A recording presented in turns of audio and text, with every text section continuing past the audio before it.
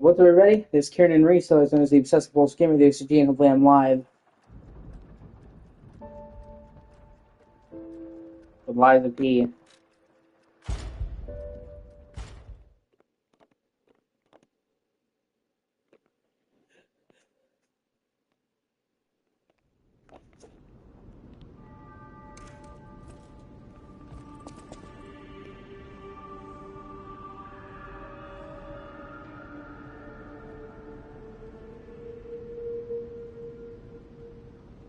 Okay, I'm live.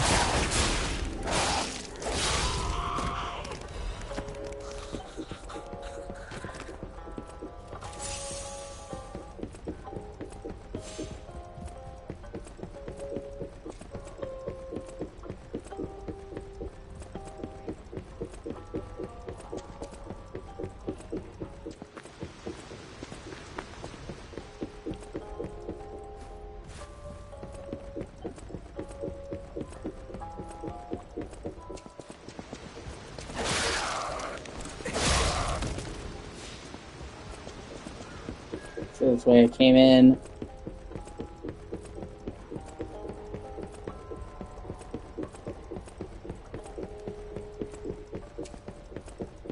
That's the other entrance, right?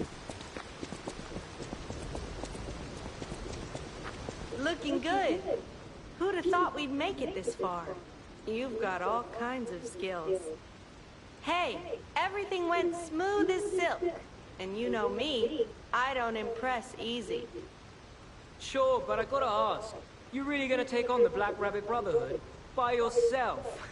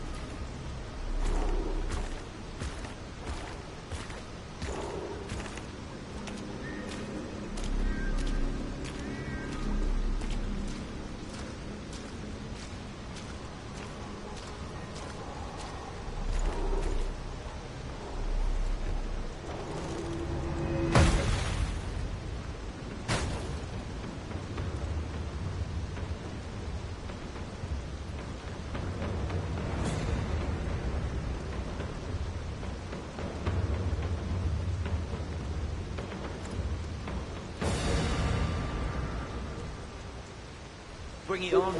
You ain't seen nothing like my brother. Alright, demonstration time. Who wants that?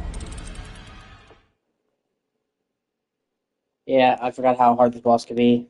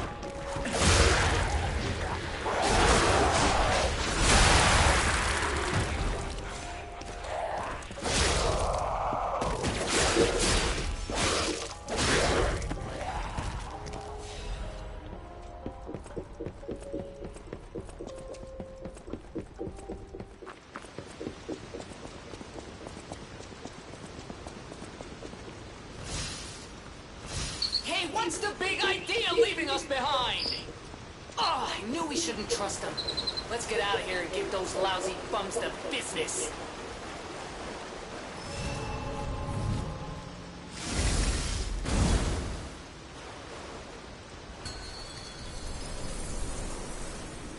Bring it on. You ain't seen nothing like my brother.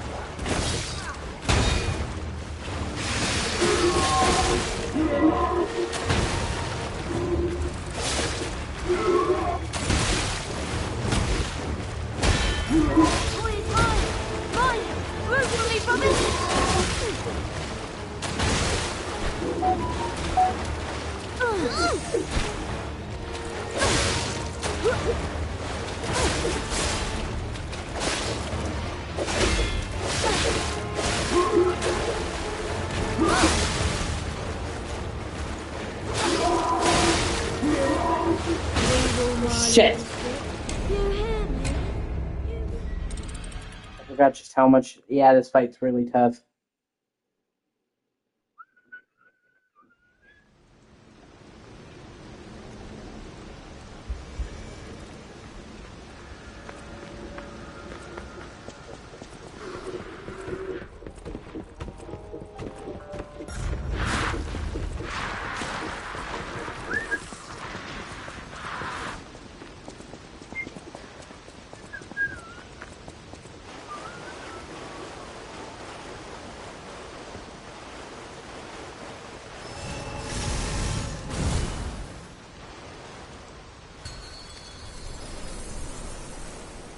Bring it on. You ain't seen nothing like my brother.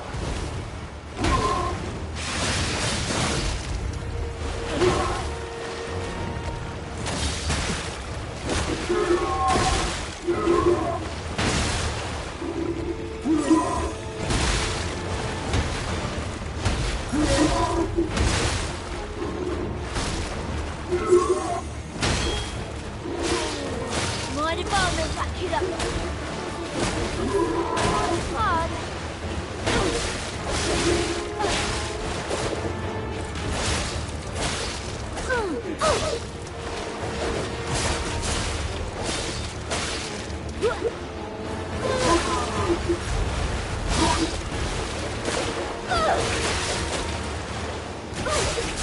Oh no! Knock him out, bro!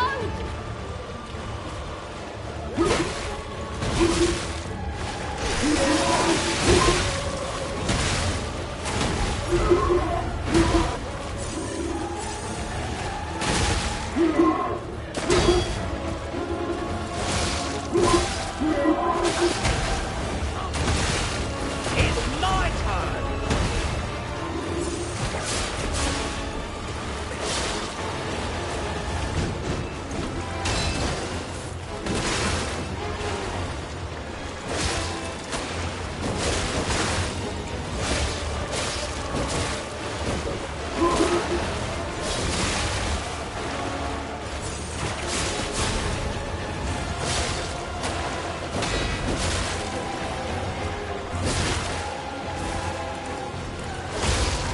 So this is Geppetto's puppet, huh? Gotta admit, knows what he's doing.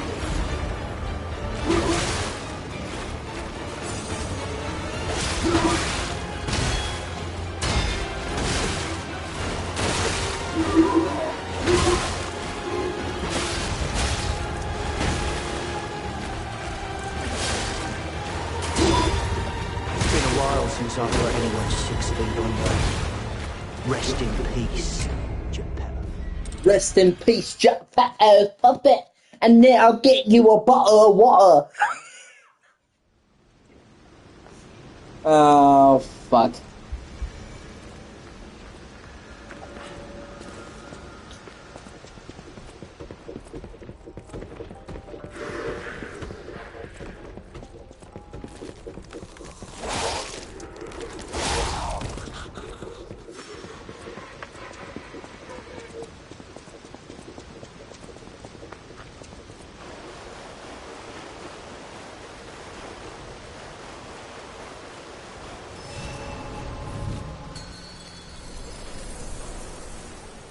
Bring it on. You ain't seen nothing like my brother.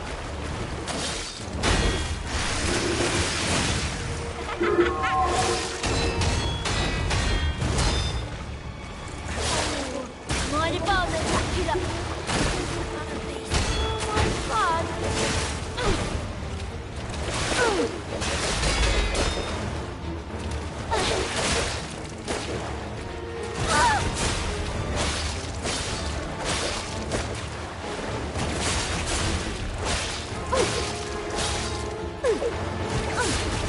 Oh no! Knock him out, bro!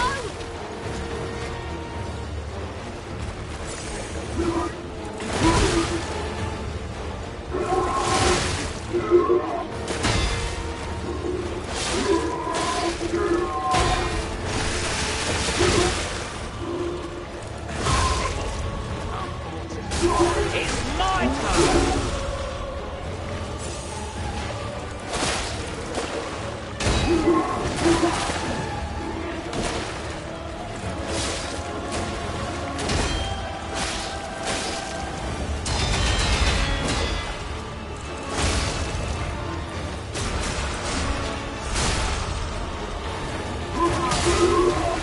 So this is Geppetto's puppet.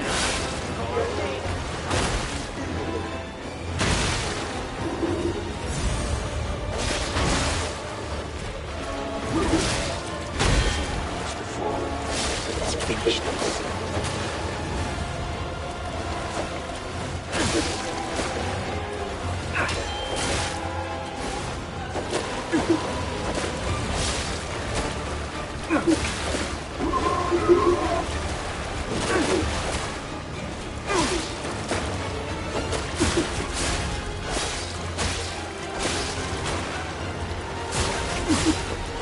You're no bastard. You're sweet. This news is yours.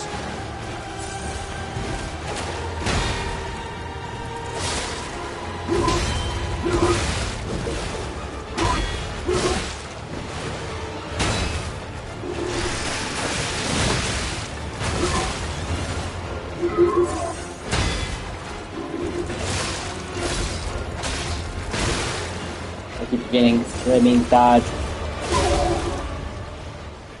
Oh, fuck.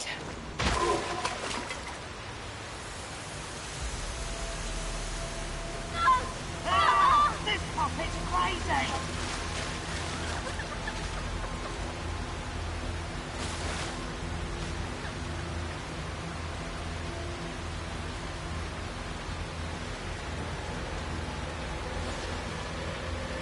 You haven't seen bugs. I'm fairly want bugs getting a drink.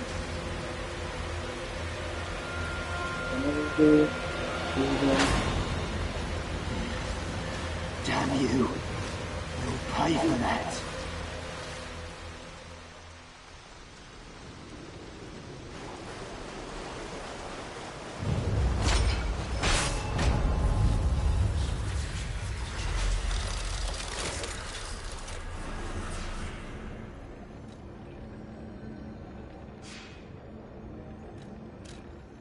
I'd say that's about the halfway district.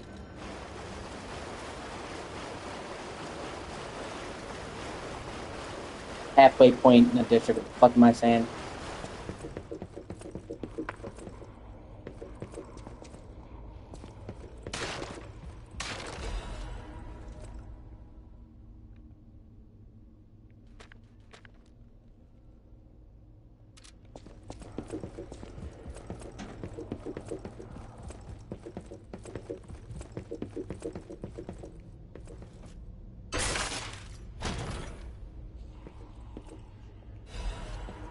Sweet quartz.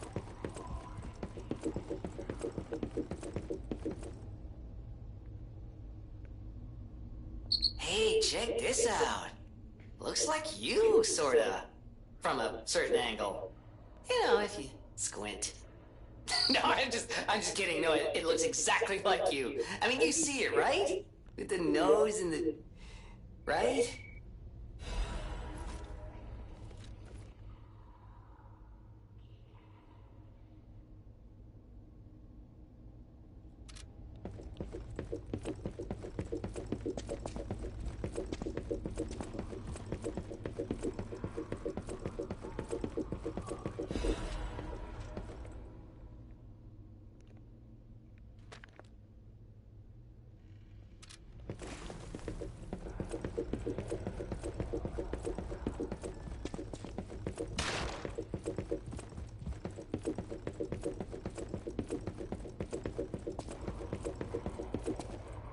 And I'm not mistaken, this takes you back to the hotel, but with the golden coin tree.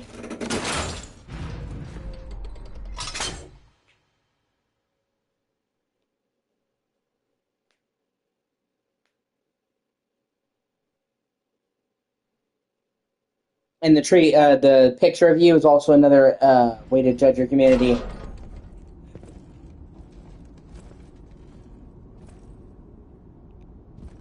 You have no idea how happy I am to see you, Mr. Stalker. Hello. It's a relief to see you. I'll get straight to the point. I found the gold coin tree. Who knew it was right beside us? But there's a problem. When I tried to pick the gold coin fruit, it resisted me. I couldn't even get close. It actually burned me. It's probably because I have the petrification disease. Pathetic, yeah. So close, yet so far. If you pick some gold coin fruit for me, I'll give you a reward.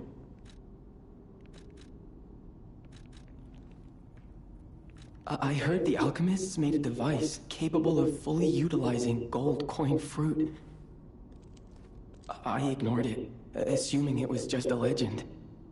You hear all sorts of wild tales about alchemists. Now that I know gold coin fruit actually exists, though, perhaps it's all true. Interact with the Saintess statue at the Grand Exhibition. You might be able to use the other powers of the gold coin fruit. I might look urbane now, but I used to be a farmer. I'm also interested in growing trees. I heard about a vendor who sells plant alchemy boosters. They might work on this tree, too. If you come across such boosters, bring them to the tree.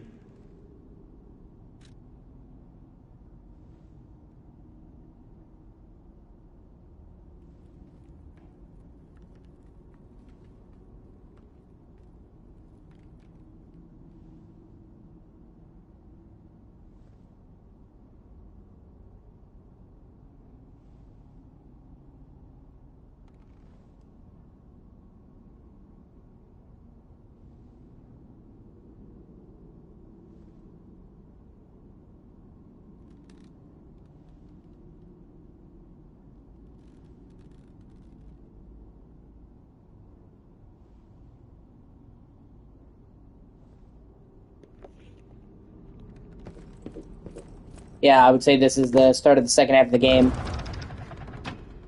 Black Brotherhood is the halfway point. I would actually say the second half is longer. The chapters actually get quite a bit longer as they go. With some of the chapters are shorter. Like chapter, what was it, 9? Or 10? It's pretty short. But like chapter 11 is like length of like 4 fucking chapters. So you get to the end of the game like, oh, it's almost done, and then no, it's not.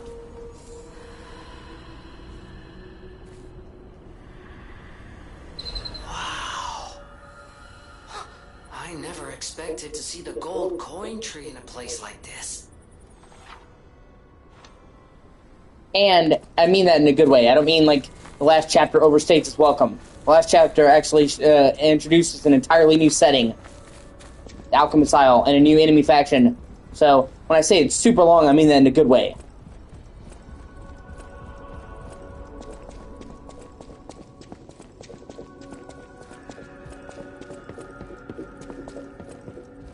I'll use my power.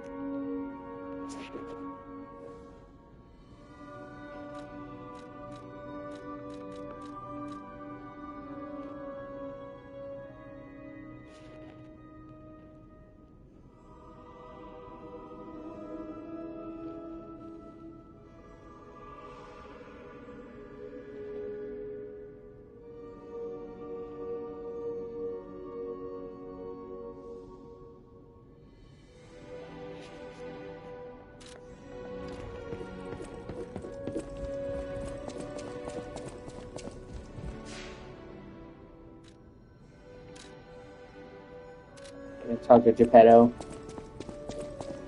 When you get the chance to put up the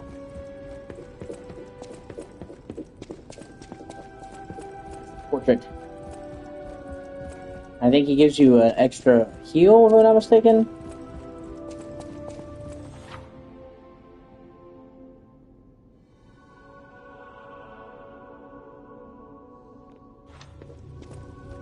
You're back. The Malum district was as grim as we feared, was it not? But with the Black Rabbit Brotherhood out of the picture, we can focus elsewhere. And why not strike at the root of the problem? The King of Puppets' lair is on Rosa Isabel Street. Perhaps the puppet frenzy will come to an end if we can take down their king. Go to Antonia and get the key to Rosa Isabel Street. I already let her know you'll be coming by. I always remember these favors you've done for me, though it pains me to send someone so precious into such peril. This portrait... I remember it fondly. I thought it was lost forever. I had no idea the Black Rabbit Brotherhood had stolen it. To think that you have brought it back to me. Forgive a foolish old man his memories. Memories of a happier time, my son. I know just where to hang it in the hotel.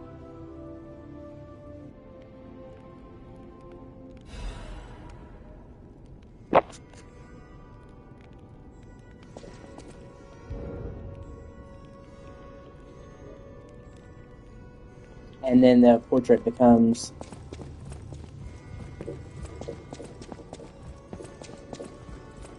another indicator of your humanity.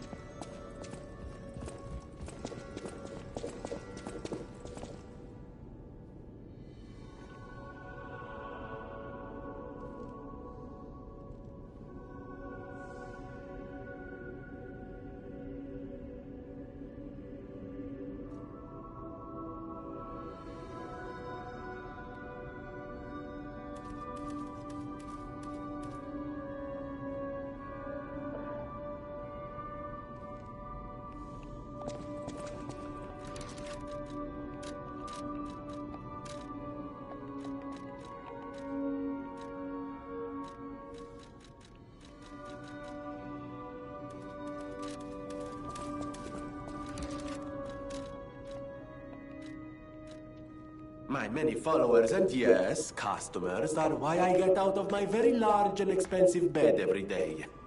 But truthfully, there's nothing I love more than doing a favor for a friend. Venini and the Venini Company stand ready to help again. Anytime. That's funny.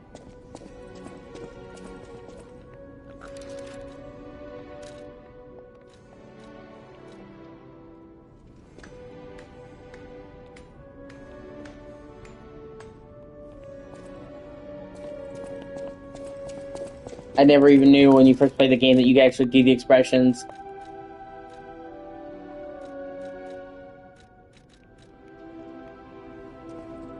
Everyone is behind you, my friend.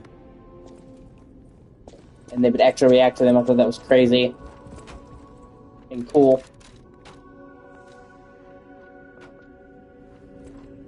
If any of your weapons need work, bring them to me.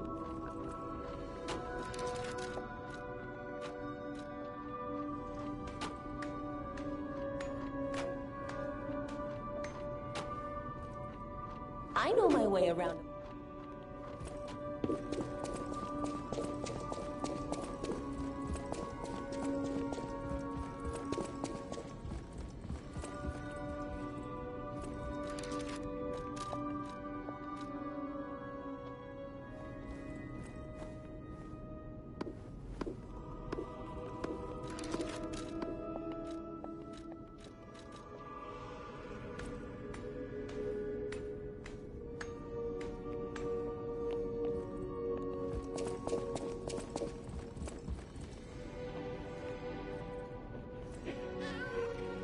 Oh.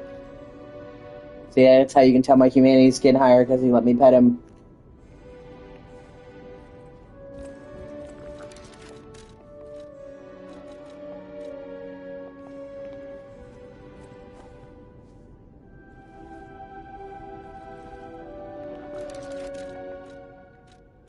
Sure I don't need to introduce myself? Note these golden wings? Yes, you guessed it. A great weapon calls for a great... Such a piece of shit, man.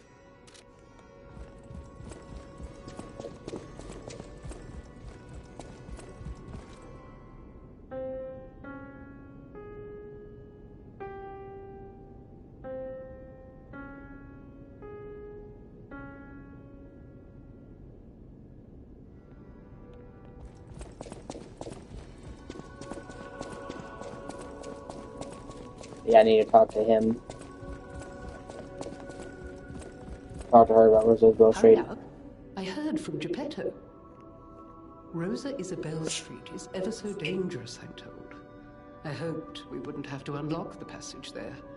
But if we want to stop this disaster once and for all, I fear we've no choice.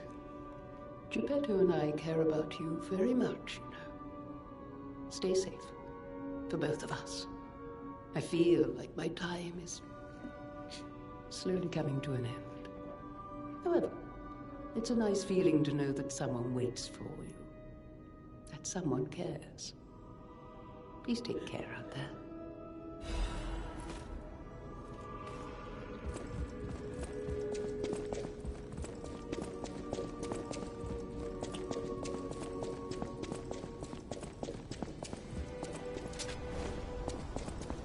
Isabella Street is one of the better locations in the game as well.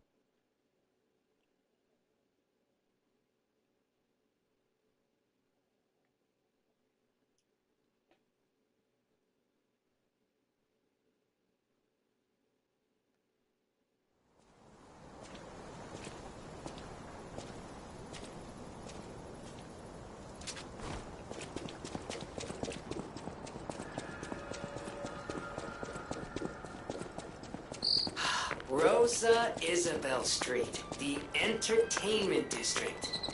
You might call it extravagant.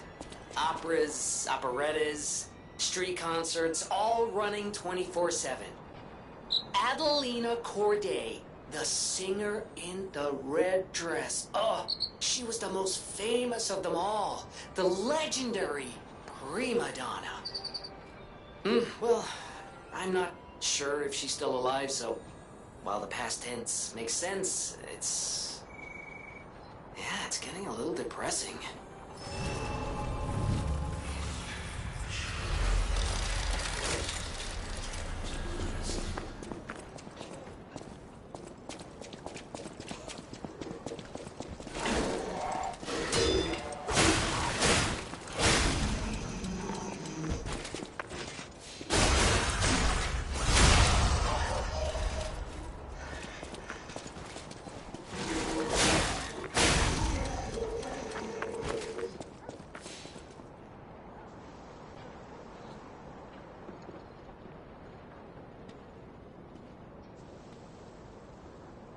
Yeah, well, that's good to hear, man. I'm glad you like it. Like I said, I love it.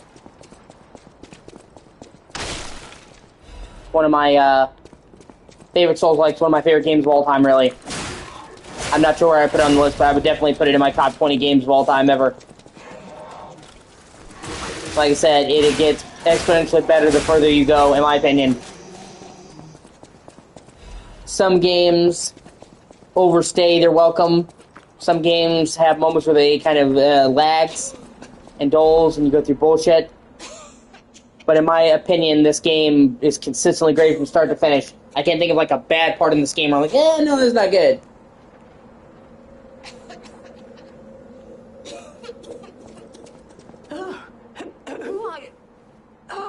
My stalker friend. I was worried the puppets had come back. They're demons. They won't give us a moment's peace. Even an elderly lady like me. They wouldn't even let the dead rest if they had the petrification disease.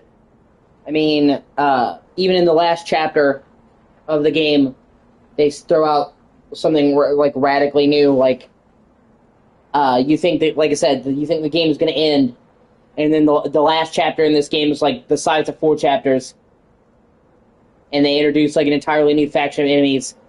So, like, right up into the end, it's the type of game that, like, after I finished it, I was legitimately sad that it was over. That's how you know, like, for me, anyway, that's how you know when a game is truly great. Like, when you've beaten it all, you've done everything there is to do, and you're just genuinely sad that it's over because there isn't more of it. Drives a lady to drink, it does. Which reminds me, I could use a proper tip. And the DLC is fucking amazing. There's a wine called La Bleuie.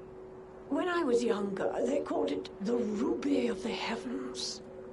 I'm sure there's still some left in the wine cellar at Lorenzini Arcade.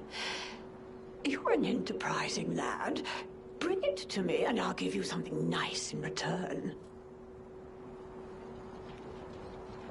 Remember, Lorenzini Arcade, wine cellar, La Bleuie. Ah, the Ruby of the Heavens. That had hit the spot. A delight on the tongue. And a memory of bygone days. Like I said, this studio had never made a game before and they made this. So, as great as this game is, this was their first attempt. So with the DLC, they were able to take all the experience they had making the base game and all the feedback that people gave them and make it even better, so the DLC is even better than the main game. And it still feels like it's part of the game, but it takes you to a radically different thing. It's like, the DLC actually has you going back in time. And that sounds a bit cheesy, but they actually pull it off, and has you exploring the city, a new part of the city in the snowy area. So it feels similar, but very different at the same time.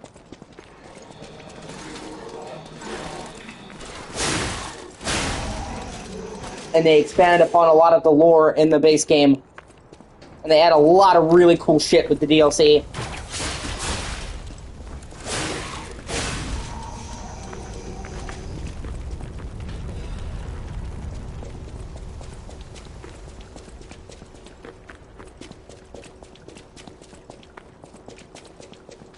Like I said, I can't even wait.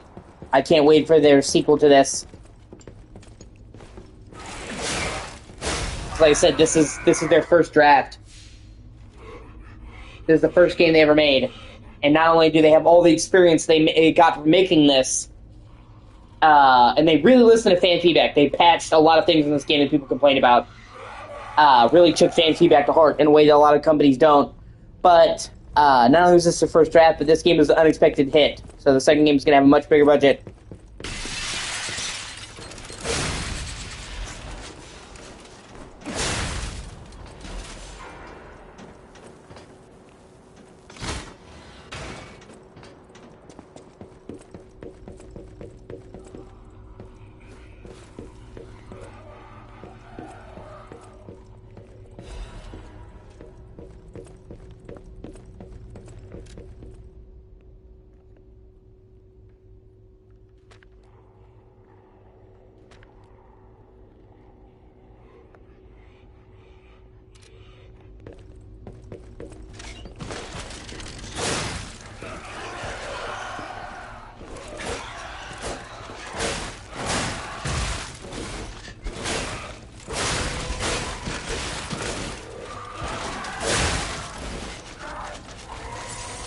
Yeah, because when you got a couldn't get any worse, you have fucking doll babies.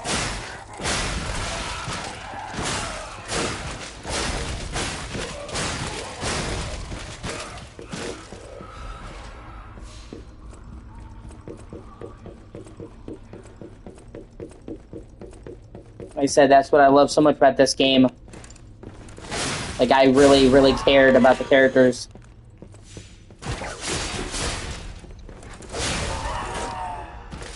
And the DLC gives you a lot of really great backstory.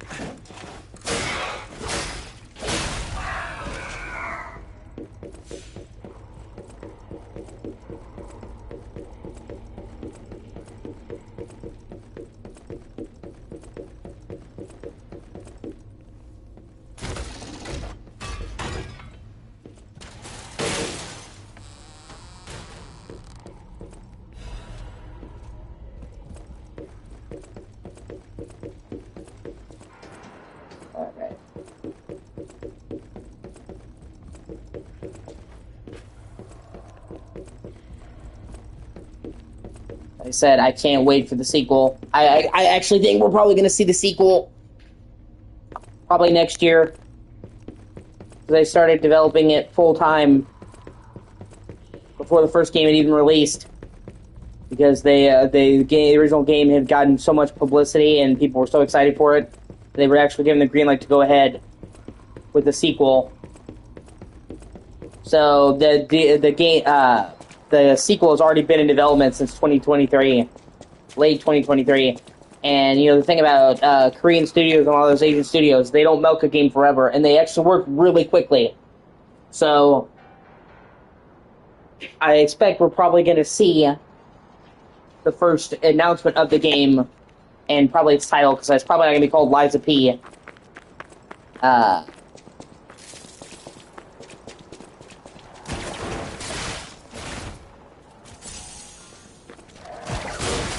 Probably near the end of this year, and then we're going to probably get it next year, I think, or I hope. Like I said, they've already been in development for 3 years. They're not going to milk it out. They want to. That's one of the things I really love about Korean studios, Asian studios. They get to work on a sequel fucking quickly. Rather than milk one game to the end of time, they want to, after they get a foothold with one game, they want to do sequel quickly to build on that momentum. And it's actually, I kind of wish that Western developers could kind of get more on that train. Because I understand wanting to take your time and make sure a game is good, but then also waiting 10 fucking years between games or longer is fucking ridiculous. And it either, when you take ages to make a sequel, you either make it so A, it's been so long nobody cares anymore, all the hype has died down, or B, if somebody does care, they build up the sequel into this insane thing in their head that no game could possibly live up to, and then unless you make the single greatest game ever made, which you've probably not, you've then let people down. Like I said, I have no doubt that, Elder Scrolls 6 is going to be great. I think it's going to be in Hammerfell, whatever they call it. If it's Elder Scrolls 6 Hammerfell or whatever. But after the insane wait between Skyrim and now, there's just going to be so much fucking hype and anticipation for the Elder Scrolls 6 that it could be a fucking great game and still not live up to the hype after all of those years. That's the thing. So, I'm not saying we need yearly sequels, but not every fucking, 10, 15 years, man. And that's the thing about, Asian developers. When they don't say, oh, let's milk this game. They're like, oh, the game hit really good? Let's get a sequel out in a timely fashion. And that's also something that I think is the, no, fuck, I didn't mean to do that. It's something I don't think, I think that, a studio that doesn't get enough credit is the Yakuza studio. I mean, sure, they reuse some assets between games, but I mean, they were releasing fucking high-quality, insanely big games, every fucking year. Sometimes 2 or 3 of them a year. If you actually look at the release schedule for the Yakuza games, it is fucking bonkers. Especially when, the games are 100 hours. And, they do reuse some assets. A lot of them have the same city, Kamurocho, but each game also introduces a new city. So, and they release them at a super duper clip. I don't think there's been a single year since I can remember where we haven't had a Yakuza game of some form. And also, that's counting spin-offs like Judgment, Like a Dragon Ishin, Pirate Yakuza. But those are still fucking Yakuza games. And even the spin-offs are fully fledged games. Judgment is every bit as big as a Yakuza game.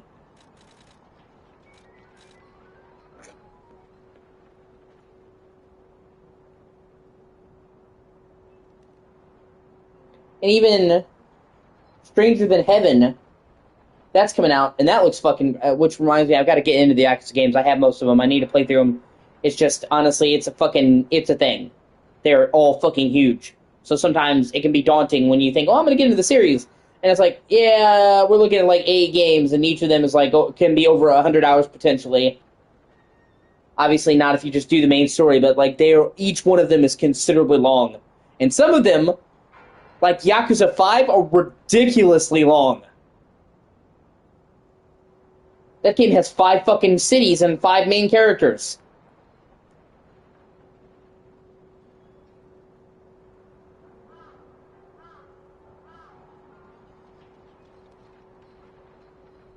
Yeah, I'm looking it up now. I'm trying to see. I don't think that they've missed a year.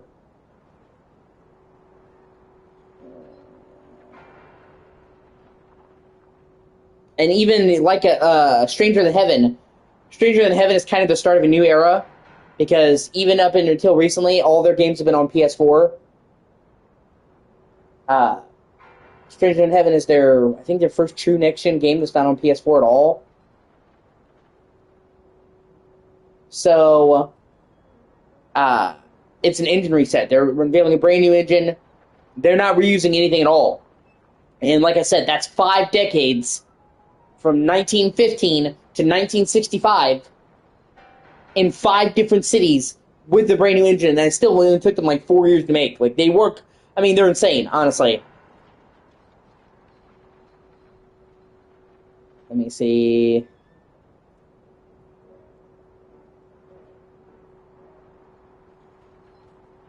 Yeah, 2005, 2006, 2008. So they missed 1 year. Yeah, in the last... Since the series came out in 2006, or 2005, I'm sorry, 2005, in 21 years since Yakuza 1 came out, they have only missed 4 years without game releases.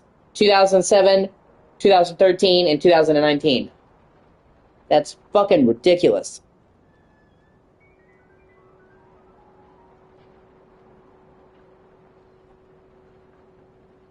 And like I said, these games are not lacking quality at all. That's not like they're rushed or buggy. They're really polished. They're like a fucking machine.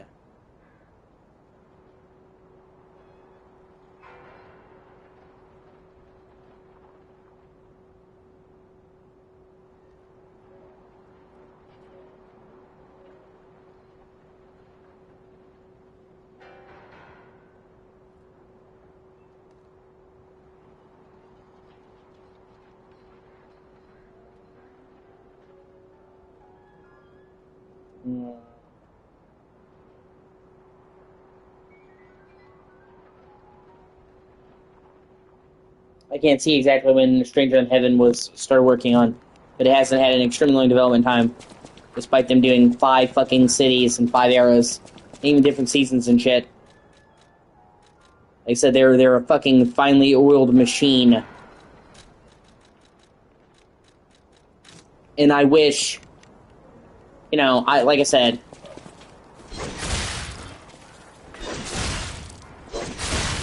I don't even need... It's not like I need a fucking game in a series to come out every year. I just... Not fucking... 8 years between sequels, man.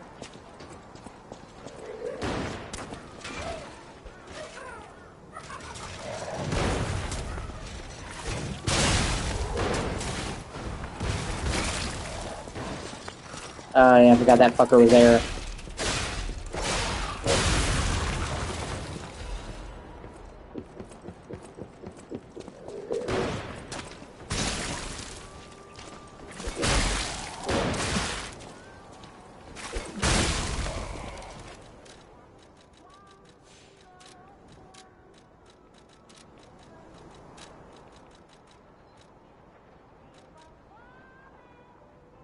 And I will say this. The issue with their games, with Bethesda and their games, is explained by them taking on multiple different studios and games. Like, if you actually look at Bethesda, they have made their games actually pretty often from each other, at least until Starfield. Like,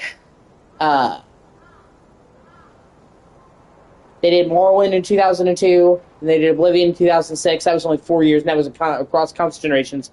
Then they did the DLC for Oblivion, and then they did Skyrim in 2011, so it was only like 4 years. And they made they upgraded their engine. Not enough, but whatever.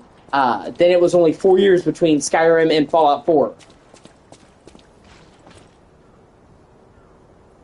The only reason why it started to take so long for their games to come out, and why it became a problem,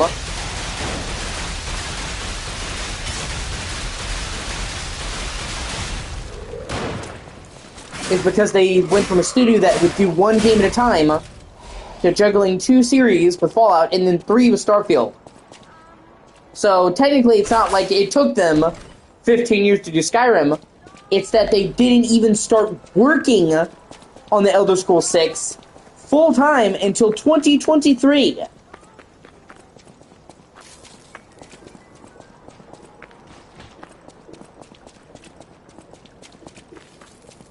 Because they did Fallout, then after Fallout they did Starfield, then only after Starfield was wrapped up, main game, could they start working on the fucking DLC. Or not DLC, I'm sorry, Elder Scrolls 6. And it's also why people are like, hey, could you give Fallout to some other people?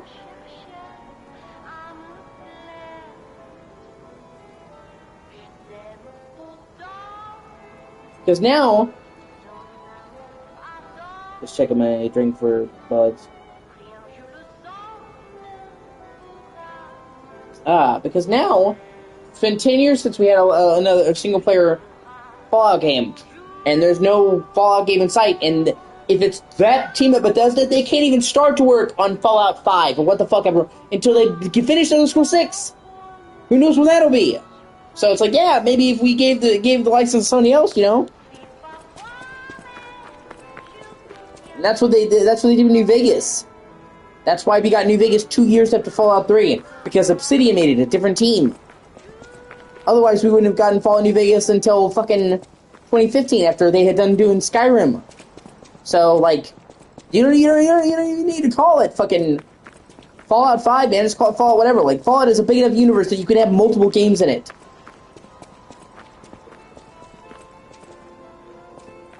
And, you know, like, I understand, you know, like, Bethesda, it's like, you know, the Elder Scrolls is our baby, it put us on the map, but it's like, you know, the universe is big enough that it can handle multiple people making games in it.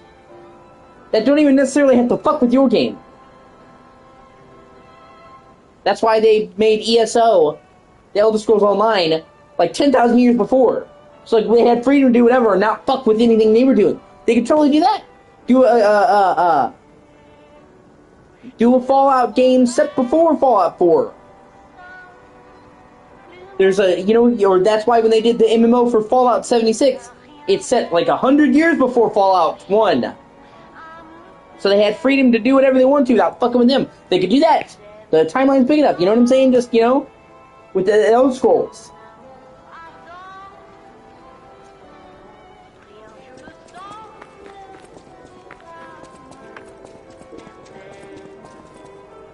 Because literally, it's crazy. We, in the span of 10 years, we got Morrowind, Oblivion, and Skyrim.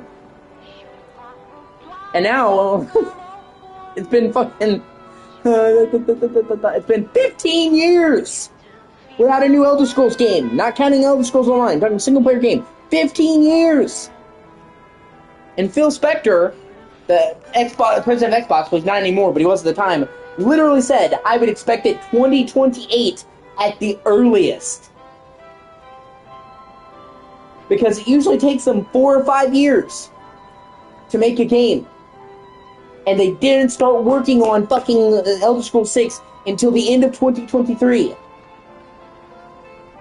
So even if it only takes them 5 years to do Elder Scrolls 6, we're looking at like 2028. And that's if it doesn't fucking get delayed, which Starfield was supposed to come out in 2021 and got delayed for 2 consecutive years to 2023. So we're doing that, we're looking all of a sudden it's 2030. At that point, we're actually grazing the near 20-year mark between games. And they actually, Square Enix actually said that. They said that they're going to try to come out with mainline Final Fantasy games faster.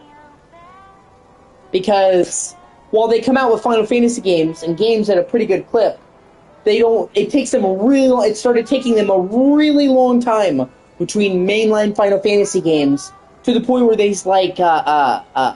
we had lost our headway. Because it used to be that people would start playing Final Fantasy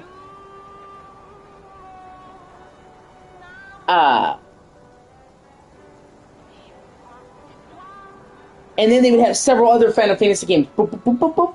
So they would build up that momentum. But they're like, now, because it's taking them progressively long between mainline Final Fantasy games, like Final Fantasy 15 was 2016, and then Final Fantasy 16 was 2023. So literally 8 years that an entire generation will pass between games.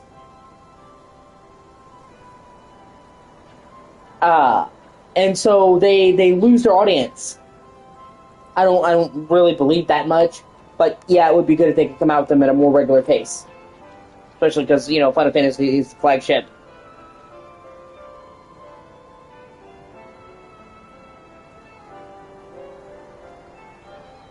And the beauty of Final Fantasy, each game being standalone, is that what one guy's doing is not going to fuck with you. That's the beautiful part of Final Fantasy, is that they have the freedom to operate in autonomy because they're all separate universes. But then we have the jostling. Tetsuya Nomura was heavily involved in the Final Fantasy VII remakes. So people are like, hey, why is it taking forever for us to hear about Kingdom Hearts 4? That's why, because he's too busy with Final Fantasy to do Kingdom Hearts. And it's also why we get into trouble, because they learned fucking nothing from fucking before. They originally announced Kingdom Hearts 3 in, 2013, and we got it in 2019, and the reason why it wasn't that Kingdom Hearts 3 was delayed, it's that they announced it as soon as they started fucking development. Don't do that. Because then they'll be like, oh, it's been 5 years. It's been 5 years. Is something wrong? And no, it's just because we announced it the day we started working on it. So you'd think, with them even admitting that they worked too soon, they would have learned something. No, they announced fucking Kingdom Hearts 4. 2020, 2021, and now it's fucking 2026, and I'll kiss your ass. We get that before 2028, man. Because they announced it right as soon as they started working on it. Okay? You should not announce a game until you're closing in on the fucking finish line.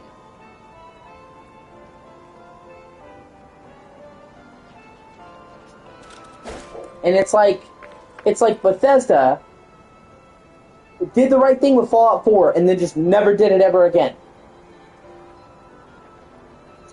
They announced a lot of games too soon, and then there were delays. So, okay, with Fallout 4, we're not going to announce it till it's almost done. So when they announced Fallout 4, it was in May of 2015. They dropped it in November. They announced that fucking 6 months before launch, when they were already in beta and already had the game finished, and it was just a matter of polishing. So they were sure there was going to be no delays, because the whole game is finished. And guess what? There was no delays. They announced Starfield before it was fucking ready. Got 2 years of delays. They did the fucking trailer for Elder Scrolls 6, the announcement trailer, in 2018. That fucking trailer is almost 10 years old now. So, you should not be doing trailers for a game that's more than 5 years away. At the time they did the trailer for fucking Elder Scrolls 6, they weren't even done with Starfield, so they hadn't even started fucking work on Elder Scrolls 6. Which makes sense, because all the fucking trailer was, it was pre-rendered footage. It wasn't anything in-game, and it was showing a landscape shot because they had nothing to show. Then don't show anything. So, like, they did it perfectly with Fallout 4, and then they went right back to the same old shit with the trailer of Elder Scrolls 6 and with Starfield.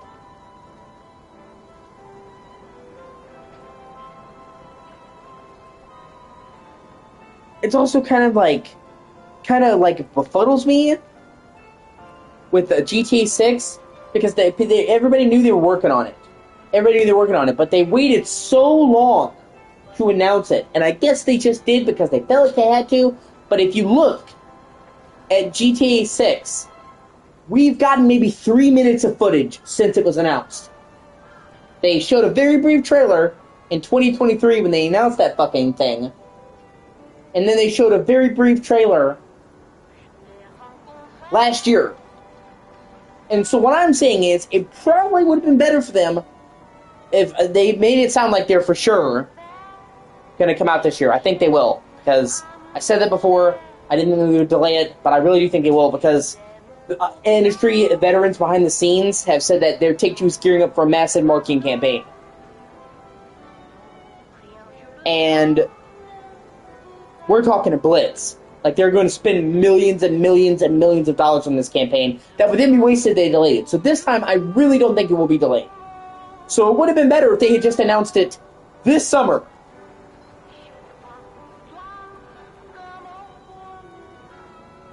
Like, if you've got 30 seconds of gameplay footage to show, don't waste our fucking time, man. Don't waste your time. Don't do it. Just, keep it to yourself. Like I said, I think that is perfect. I think Fallout 4 should become the case study.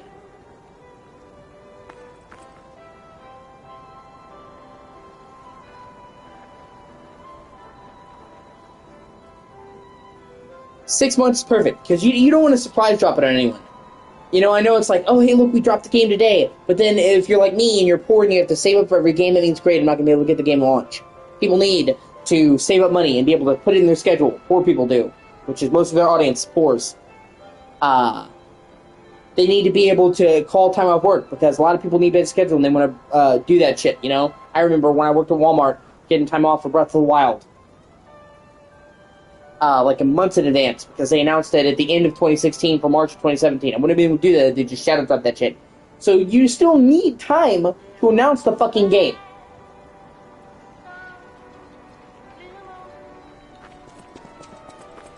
Yeah, we're gonna get a mini boss here.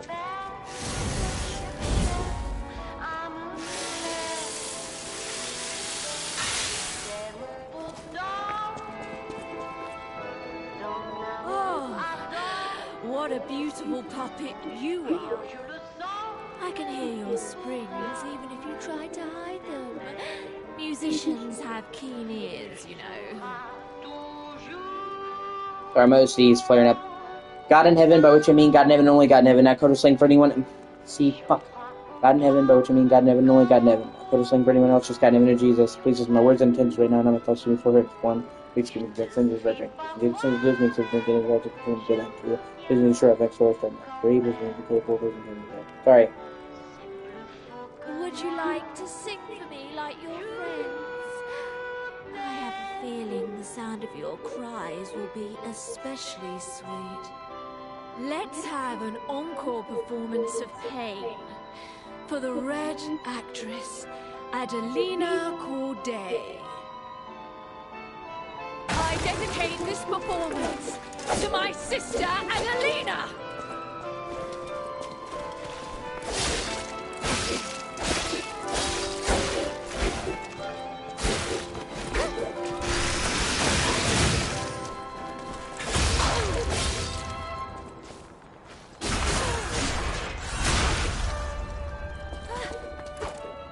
Scream the Requiem for me, if you would!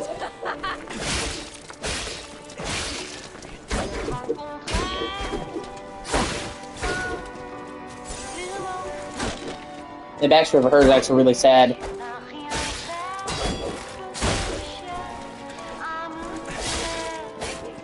She's so dead set on killing these fuckers that she she doesn't understand that you're not a bad puppet. Like, she doesn't give you a chance.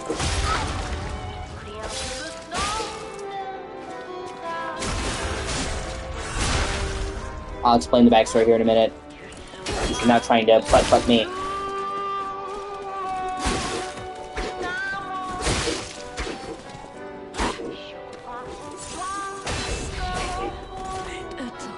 As your sister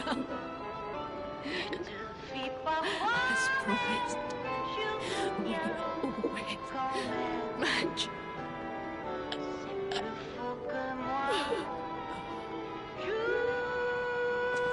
Anyway, okay, so she thinks her sister died and killed all these puppets to do it, but she was an actress as well. So she made a theme of it. She was a singer and a dancer.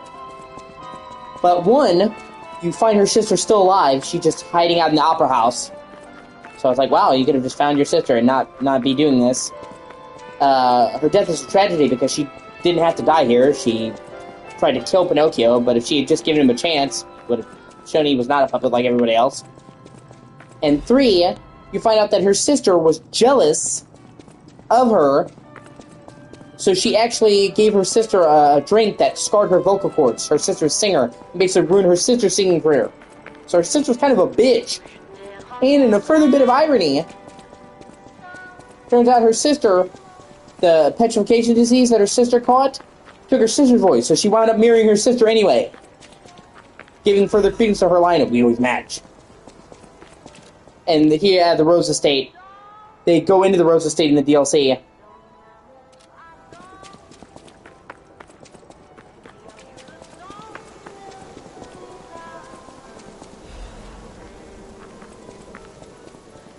And the stuff with the Rose Estate is actually really tragic and forms the heart of it.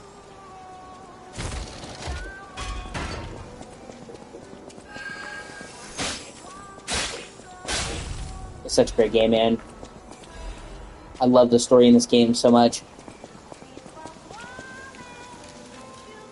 Because first of all, they hint at who Pinocchio really is. He was Geppetto's former son. And they go into more of that. I got the owl mask, which is cool. And then, yeah.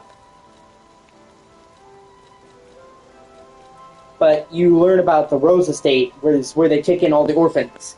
And basically, it was kind of cool because you had the bastards and the sweepers that would take care of the city. They were like the police force for Krot and help with the puppets. And they would take them in at the Rose Orphanage, train them how to fight, and then train them into soldiers. It wasn't mandatory, but it was like, a way to do it because they would take them in, give them a home, and train them to be soldiers to protect the city. So it's like, we take you in, and you return the favor.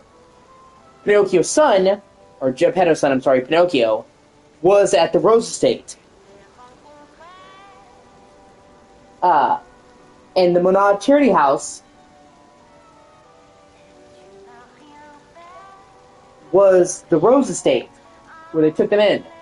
And they talk about it here, and they go into exactly what happened with the Rose Estate later. The city of Kret decided to put an indefinite stop to the investigation on the disaster that took place in the Monad Charity House, known as the Rose Estate. This was to prevent chaos caused by large-scale spreading of the petrification disease. There have been no confirmed survivors so far.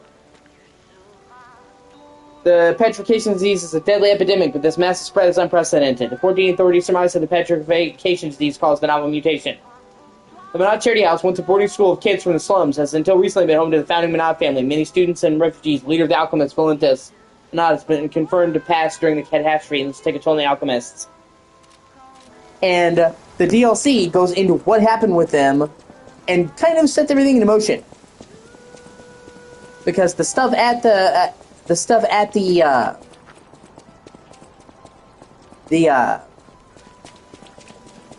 charity house, the Rose Estate, is what caused Pinocchio's original death. That set that in motion. This way, it's what caused the leader of the alchemists, Valentinus, to die. And that power vacuum is how the current leader of the alchemists, Simon, took over, and he's a bastard that's been doing a lot of the shit. So, the Rose Estate what happened there is at the center of the plot of the game. It's like the deciding event that caused everything to spring into action.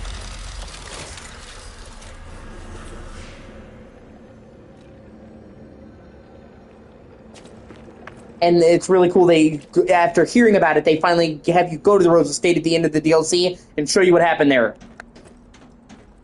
Oh, you're walking about in a place like this. You must be a stalker. Can I ask you a favor? My wife's body lies on Rosa Isabel Street. There was a fire, and I couldn't reach her through the flames. I know she's gone, but I hate to think of her just lying there. Would you bring me her belongings? Then I'd have something to remember her by. Thank you. Small kindnesses like this give me something to cling to. Her body is on Rosa Isabel Street. She used to look so beautiful in her black dress. I miss her so much. Every day is harder than the last. Please, bring me her belongings. Her body is on Rosa. I miss her so. And here's where you have to do this quest to unlock another quest with Paul and Dana. But I'm gonna go back for now because I'm gonna upgrade the Dancer's Curse Sword. The Dancer's Curse Sword is fucking great. It's one of my favorite weapons in the game.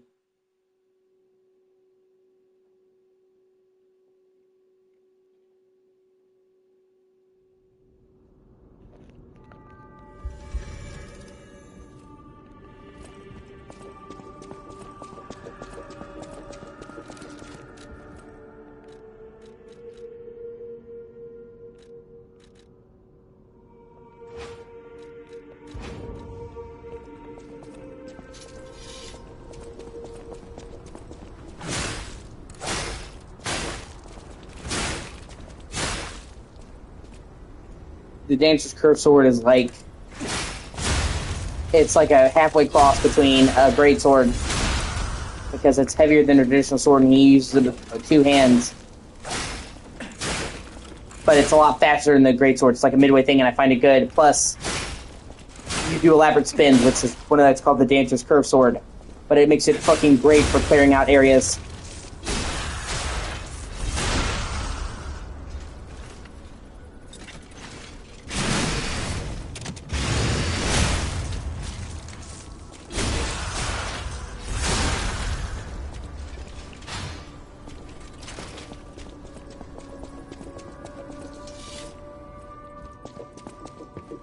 I know my way around.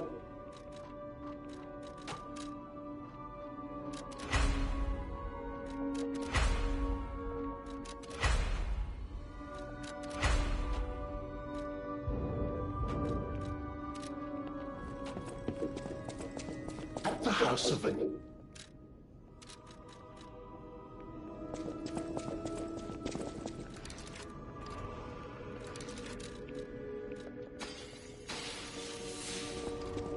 The portrait hanging in Geppetto's room.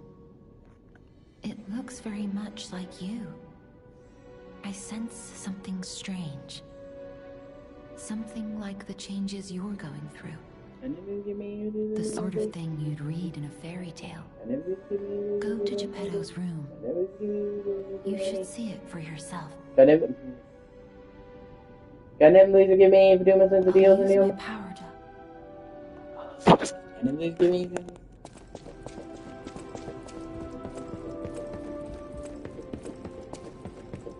And what I love about Geppetto is that he's smart, but he doesn't really see.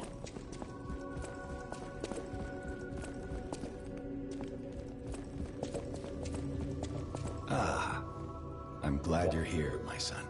Have you seen that painting?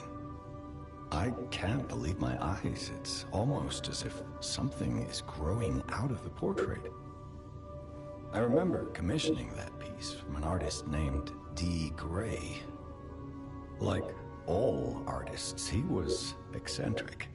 He claimed that a painting could harbor a living soul. But how can that happen? Just like the fairy tale. Forgive a foolish man his ramblings. Perhaps the seed of its growth was there all along. I know you're curious, so see for yourself. I have my work to keep me busy. The city asked me...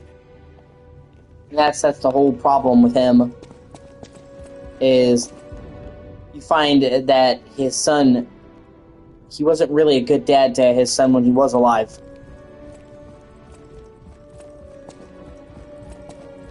And the whole problem was that he didn't see him. Like, you actually find out that the real Pinocchio hated his dad because he was never around. And they kind of allude to it that, you know, Geppetto did all this shit trying to engineer his son coming back to life. But what you find out is he kind of already was. So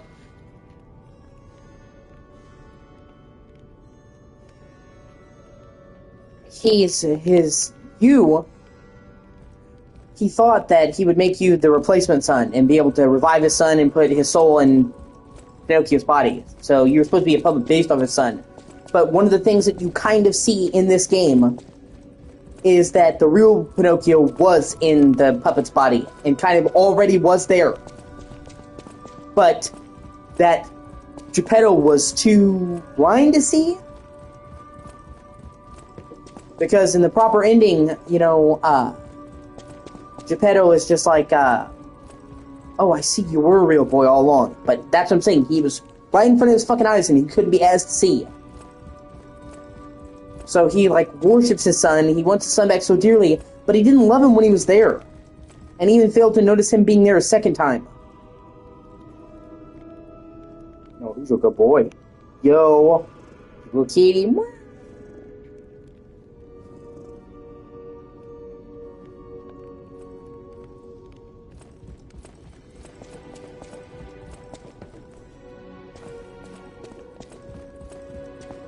I'll use my power.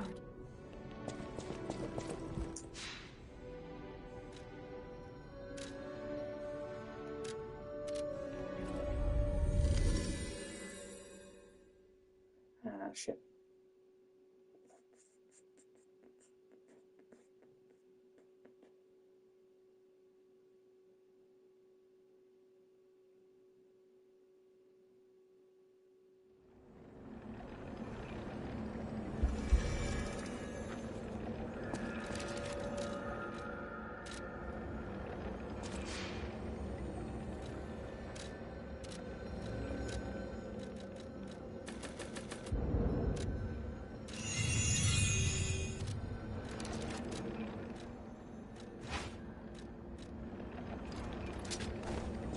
Yeah, now we're cooking with gas.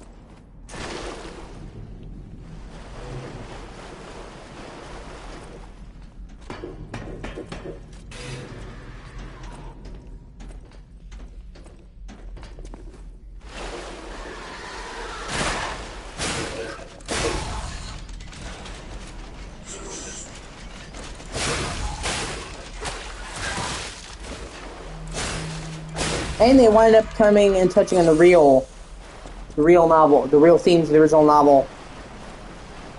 You know, the whole big thing.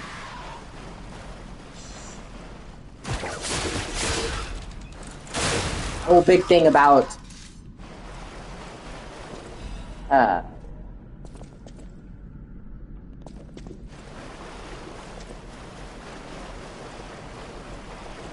Pinocchio is that it was the virtue of kindness and being a good person. Which, I mean, it was supposed to be a fable for kids. Basically, the whole fable is if you just be a good person, you'll do alright, and if you're not, bad things will happen to you. Everything else is kind of incidental to that overall moral. So, the singular thing about Pinocchio in this game, both before and after he became a puppet, was his kindness. That's what sets him out. In a world full of people who are fucking assholes, Pinocchio just wants to do the right thing.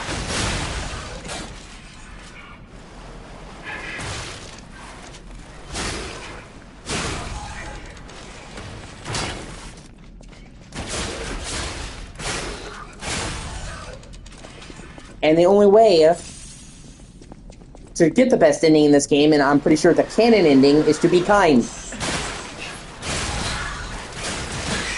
And consummatively, the worst ending you get in this one, the default one, is when you do the fewest amount of kindness.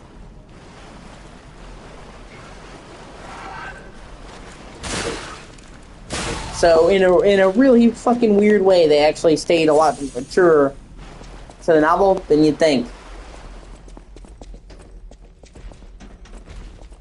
Shit.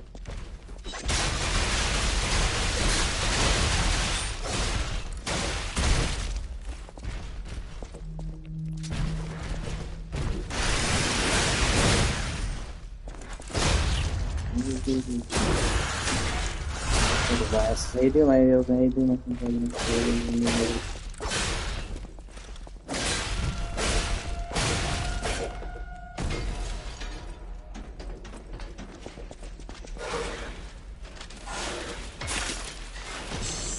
Ah, shit. Yeah.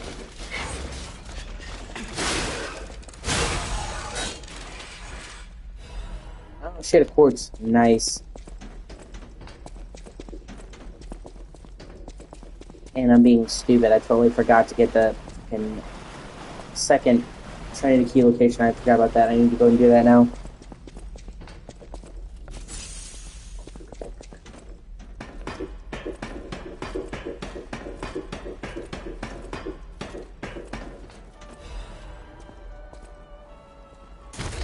Oh, that's cool. I wound up moving back around at the stage.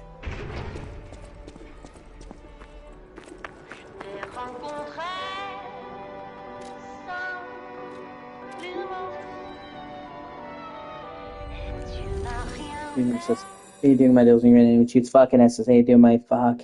Goddamn, please give me do them amigos. Goddamn, please give me do them. Goddamn, please give me do my sense of deals and do them.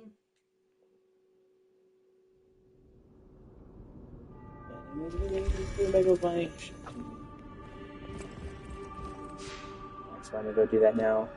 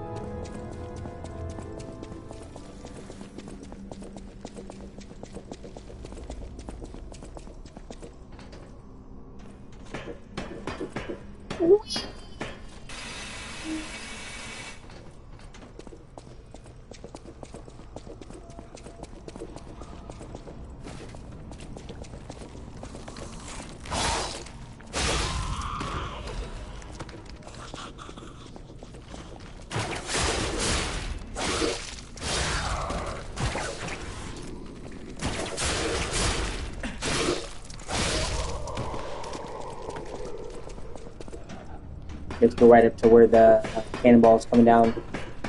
Cannonball the boulder, I'm sorry.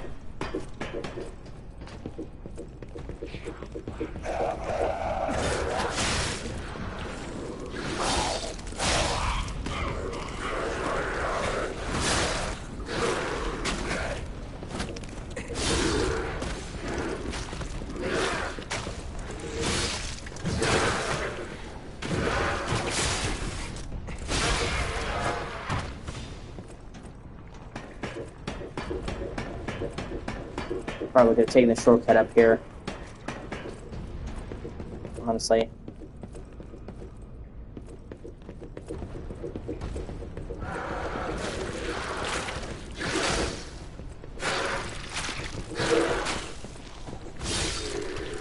I just want to make sure I miss it.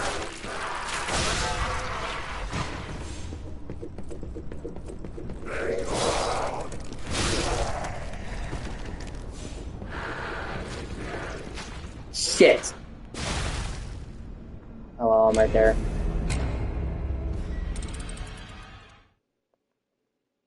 Height's my only weakness. Fuck.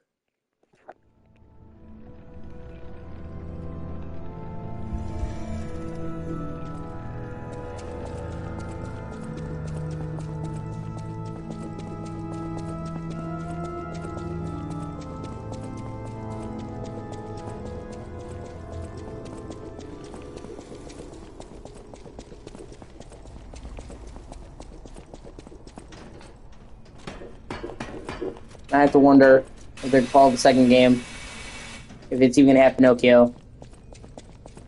They could call it Lies of P2, but then he wouldn't be in place in that setting, but then that could be the commonality.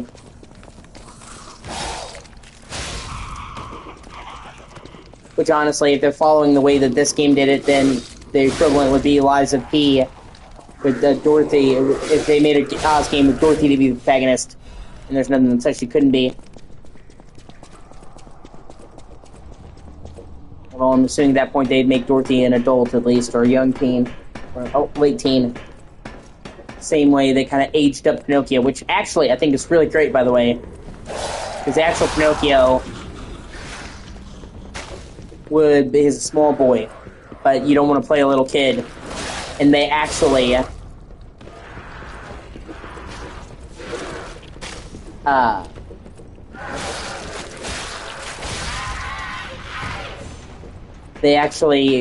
explain that in this game.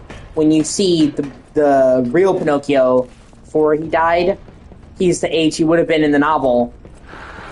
And then you learn that when... Oh, you mother... You know what? That's fine. Didn't kill me. I can live with that. You learn that the real Pinocchio was the age he would have been in the novel, but a couple years have passed. So he actually aged to Pinocchio up a couple years to his late teens to be the age he would have been if he had still lived. So they actually mechanically explain why he's older in universe, which I think is really clever. Nobody wanted to play a fucking kid. So I'm assuming if they make Dorothy the main protagonist, then I don't know. Because they've already set up. Throughout this entire game, they set up this Trinity organization as the secret cabal. And they're the ones who employ the alchemists, but they're not working with the alchemists. Here we go. That's where I need to be. And Jianzhou is part of that organization.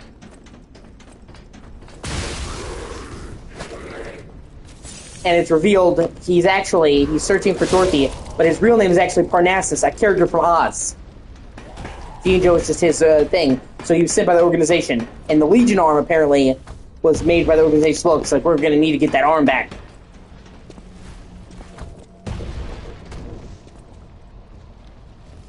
So even if they didn't have Pinocchio in the sequel, the connecting tissue is the organization pulling the strings.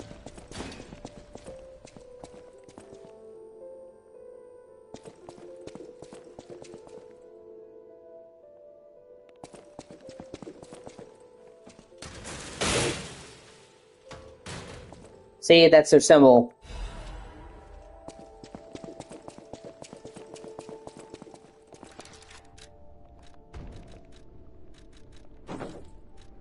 Like this stuff as well.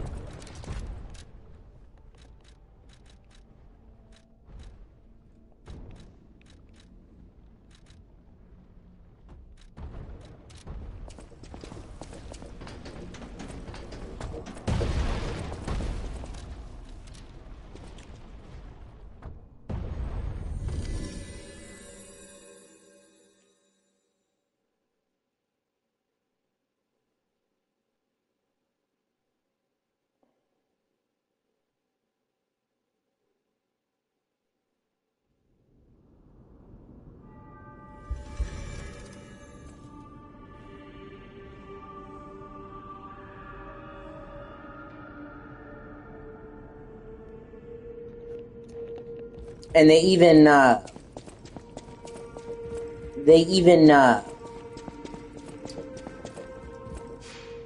do I have? Oh, okay, I think I have quartz, actually, hold on. How many quartz do I have? 2.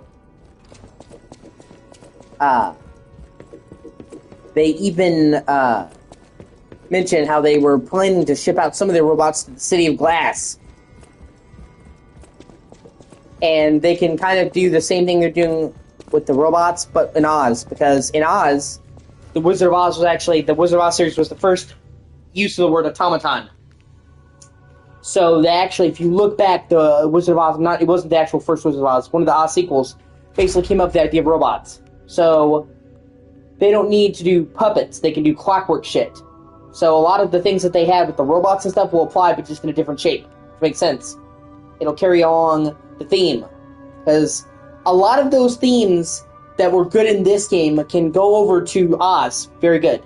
This game, turn of the 19th century. That setting can go right over to the Wizard of Oz game. Especially because the Oz novels were originally written at the end of the 18th century. The Loss of Innocence. This is about Pinocchio and how he loses his innocence. And how all these people want to prey on him. He was an innocent boy when he died. That can carry over with Dorothy. Obviously, she's just an innocent girl stuck into a fucked up land with the witch chasing her. A City of Progress with a seedy underbelly. Same, that could be the Emerald City.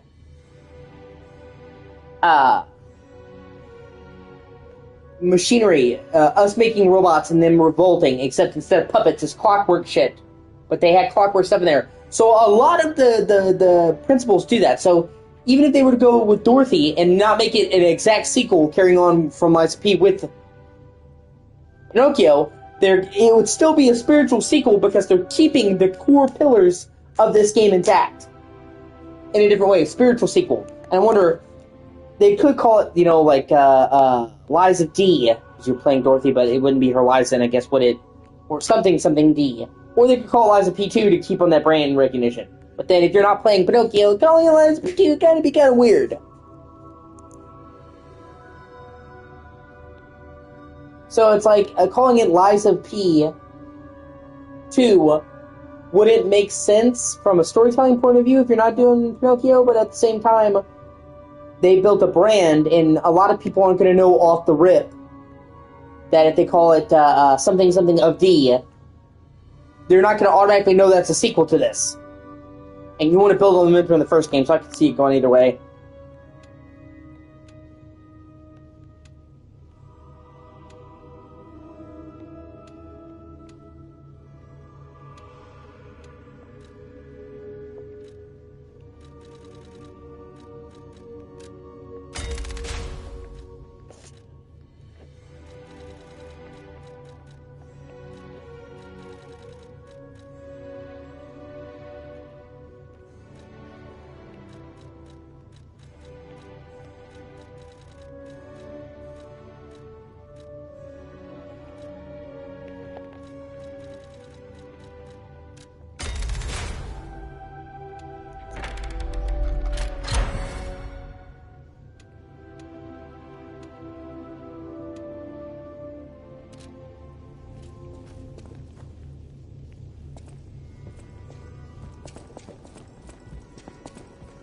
And that also, it kind of makes the sky the limit because there's only so much they can do with Pinocchio. But they kind of imply they're going to be doing a whole, fairy tale universe that, they say, is it coming true? Just like the painting when you talk about Dorian Gray. So, they don't just have to do Oz. They could do a Dark Sleeping Beauty. Basically all these classic tales made darker and mature and twisted. So then it goes from just Pinocchio to, oh my god, there's so many different things they can work with. And it's all of a sudden it goes from being a Pinocchio series to a sheer dark fairy tale universe. Man, I could fucking get behind that.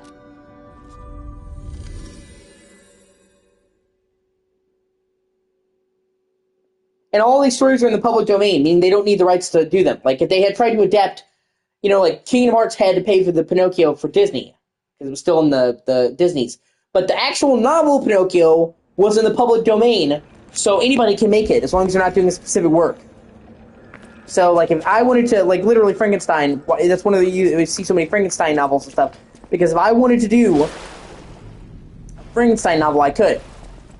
I couldn't do a version. That's why people like don't do the Green Man, because Universal owns the rights to their specific version of Frankenstein. But the actual story of Frankenstein is fucking fair game.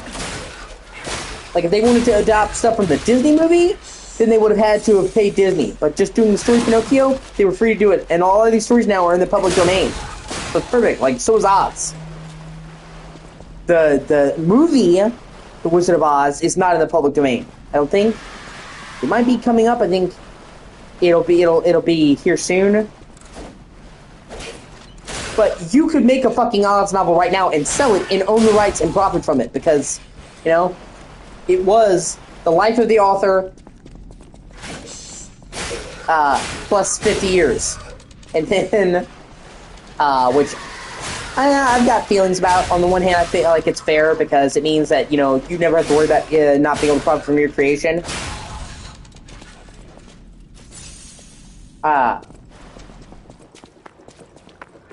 During your lifetime,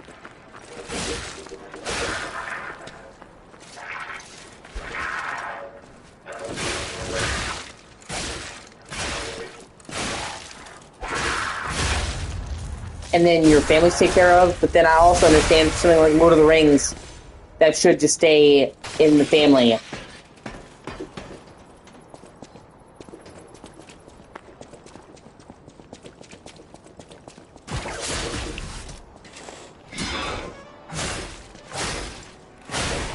Because if anybody was going to have free go at my series, that might make me uncomfortable, and I would kind of just wanted to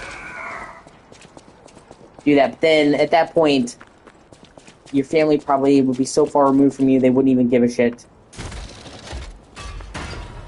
So it's like, you know, do we want that to happen? I could see cases either way, but it used to be the life of the author, or creator, for game or whatever, plus 50 years.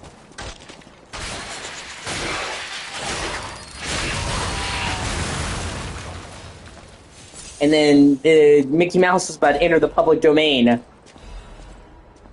And Disney was like, oh no! And lobbied and got it raised to 75 years. And they're coming up to that too. But I think they found a loophole in that, like, it's specific versions of it.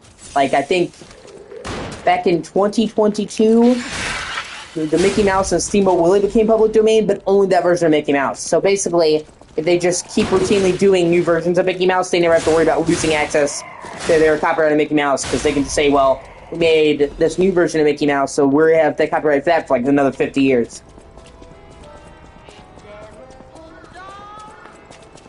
Then again, it also shows the corruptness of a lot of people, because they didn't raise the copyright out of people's best interests, but rather because the fucking House of Mouse told them to. You know, and everybody says fucking capitalism, man. It's obviously not fucking capitalism that's the problem, if it's all over the world. But don't get me wrong, I'm not trying to sit here and fucking show for capitalism, okay? And say that it's just perfect and it's a perfect system of government. But if capitalism is the problem, right, that's causing all these problems in America, then America was the only country affected. And yet we have all these different countries across the world that have the same problems, but they have radically different systems of government. Because it's not capitalism. It's unmitigated fucking greed. Capitalism is not the problem. Unchecked capitalism is the problem. But I would make the case that any form of government without proper checks and balances will be corrupt. It doesn't matter. China is just as fucking greedy. A black dress? But it's just a puppet? What on earth is going on?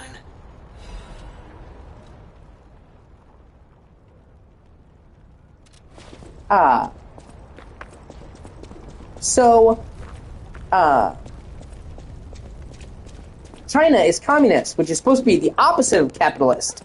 They are just as fucking greedy. Other countries that are socialist, just as fucking greedy. So, you know, like, people have this fucking idea that if we just took down capitalism, we'd all be good. Then there are other countries that have never been capitalist that are just as fucked in the same way.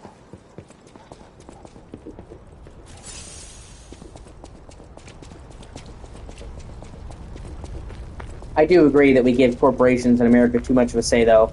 That's 100% fucking true, in my opinion. Like, a lot of the time, we let the corporations tell the government what to do, and you're absolutely right. That's fucked up.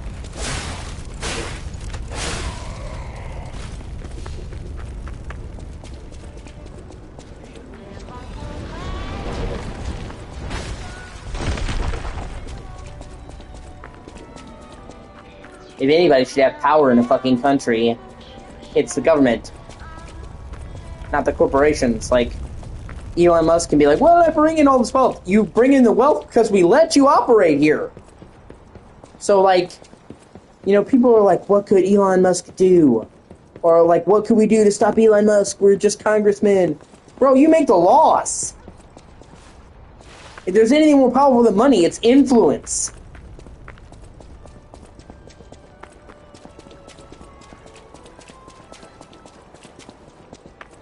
The fucking, you know, the Congress, if enough of Congress got together, they could make it illegal for Elon Musk to do business and deport his fucking ass. Now, I'm not saying they should deport his ass or anything, but I'm saying the government should hold the real fucking power, not the corporations.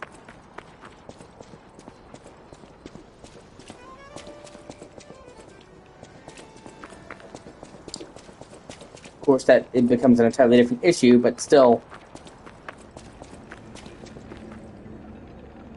And the fact that all these corporations cozy up to the government and try to bribe them shows if they were ineffectual, they wouldn't spend all this money courting them. But they don't see that they had that power. Oh, my Melody. This is her wedding ring. Our marriage should have been filled with joy. I failed you, Melody. I'm sorry. I should have mentioned she's a puppet. But she was real to me. I saw a shining soul inside her. Others laughed at me, but I knew the truth. I knew that she was in love with me too. Maybe I'm crazy, though. Whoever heard of a human and a puppet in love? Oh, Melody. My Melody. Your words were everything to me. She was my guardian angel. The reason I survived the Krat disaster. Even puppets have hearts, do they not? Perhaps all we need is something that helps us perceive what they're feeling. Sorry. I ramble when I get upset.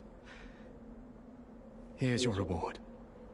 I think you deserve this ring more than I do. I'm more than happy with Melody's belongings. I wish I could offer something more, but this is all I have. Please, remember the love Melody. Maybe you'll find true love one day, too.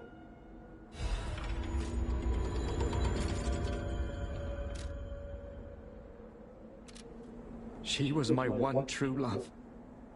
I don't think I will ever forget her. And the truth of the matter is she did love him.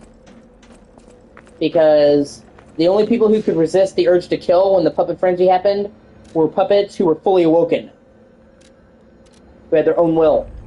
So if the puppet frenzy happened and she didn't try to kill him, it meant she had her own will and she chose to save him. Which means she did care about him genuinely. So she did actually love him.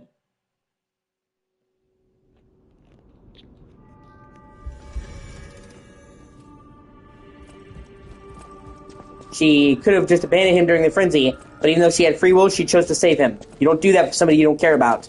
Welcome to...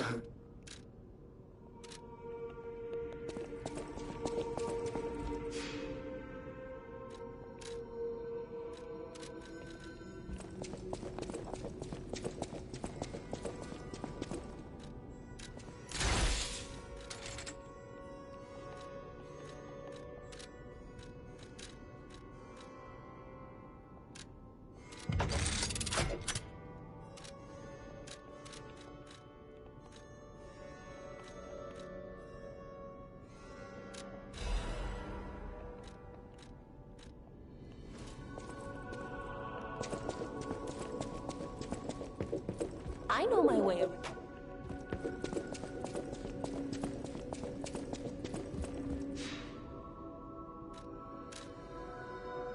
How you doing my asses? How you doing my deals? How you doing my deals?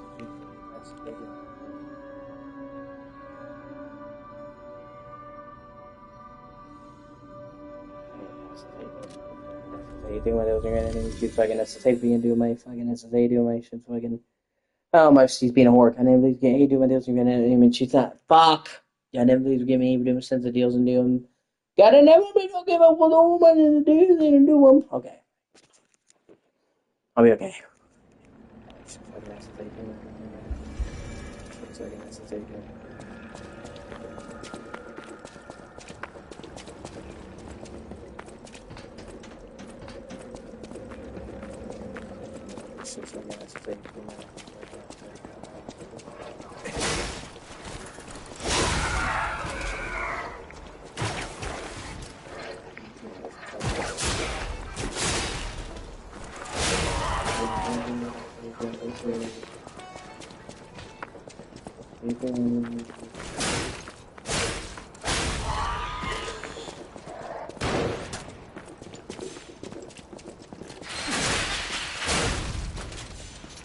Like, sit your bitch ass down.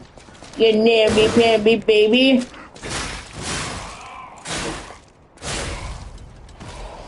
And then please give me doing some deals and do them.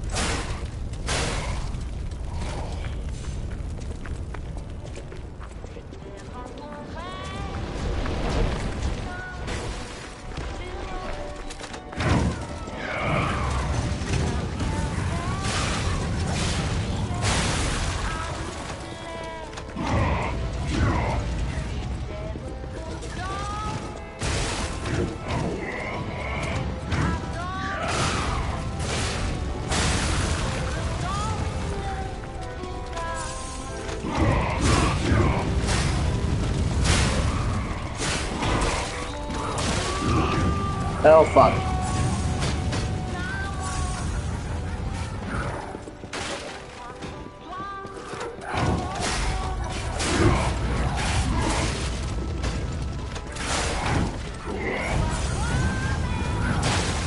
Oh, come on.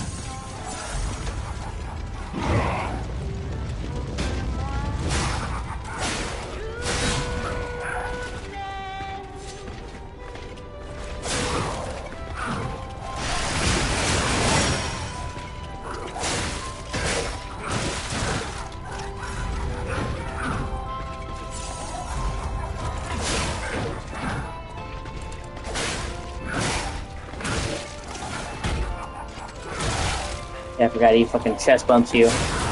Would you make a fight? The world's biggest frat house douchebag. Never give me do make a fight. Never give me do.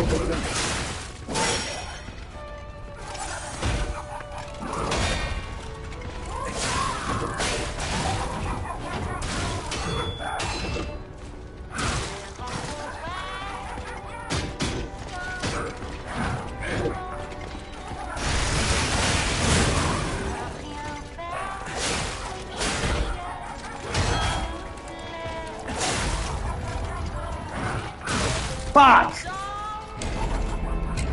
Yeah, laugh while you can, you cocksucker.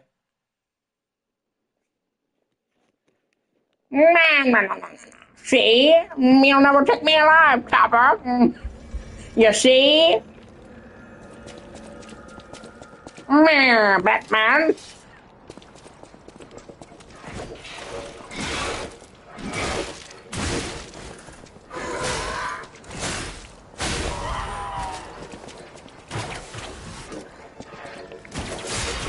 You're right.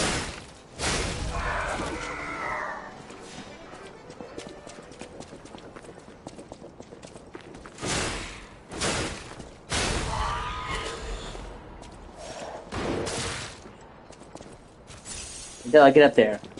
Just you fucking wait, bro.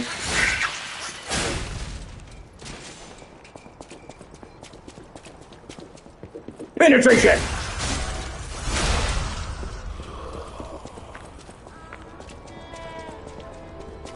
Buckshot, more like get fucked shot.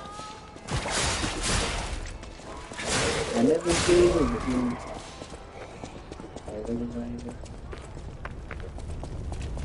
There goes my.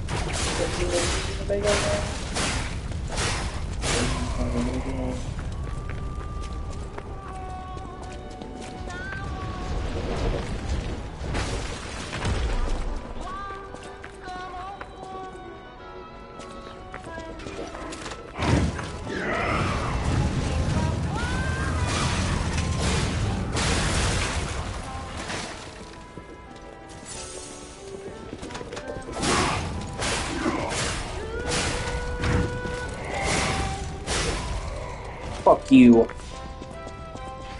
puppet bitch.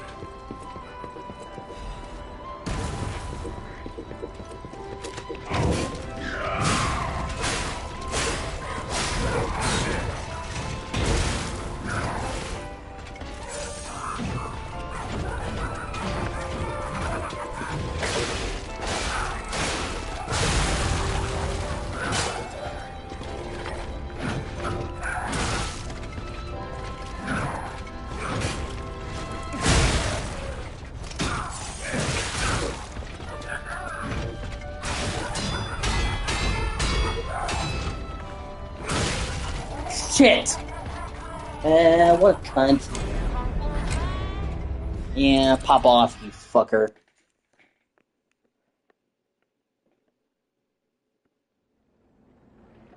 You can suck my whole dick.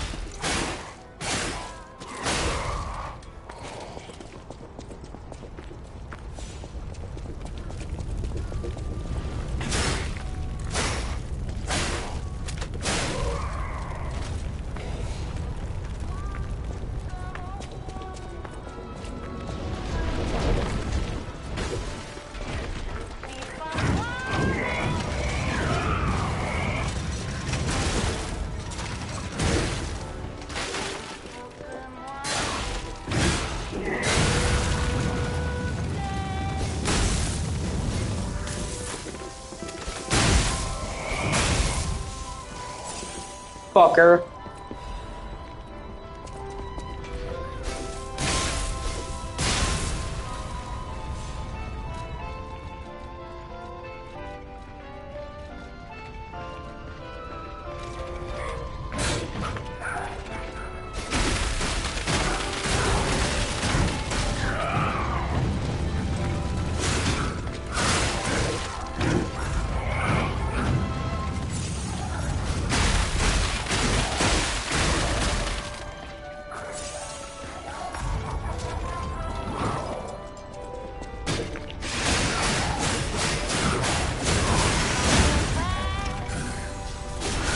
Fuck you, clown bitch.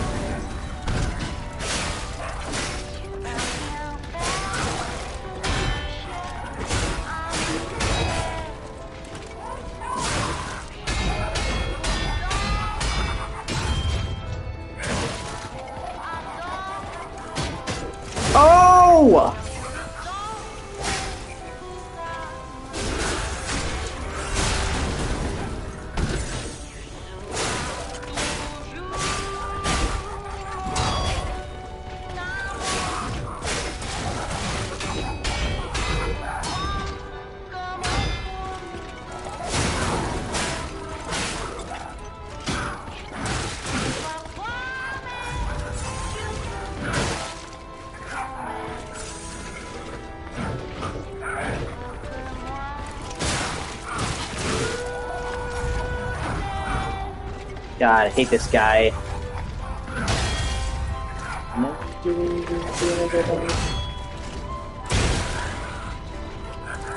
Can I please give me do my is fine and drink the bagels?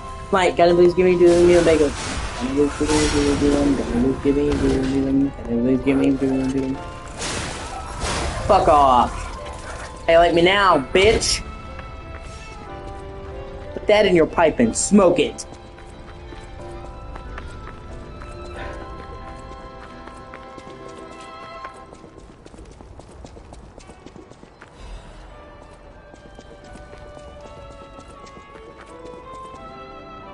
Give me.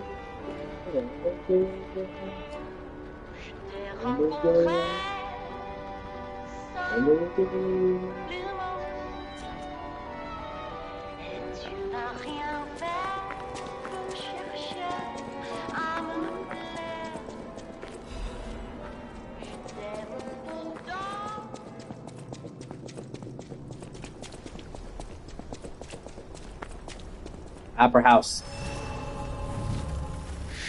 See, it took you this long just to get to the Opera House, and the Opera House is fucking huge. So the chapters actually get longer as they go.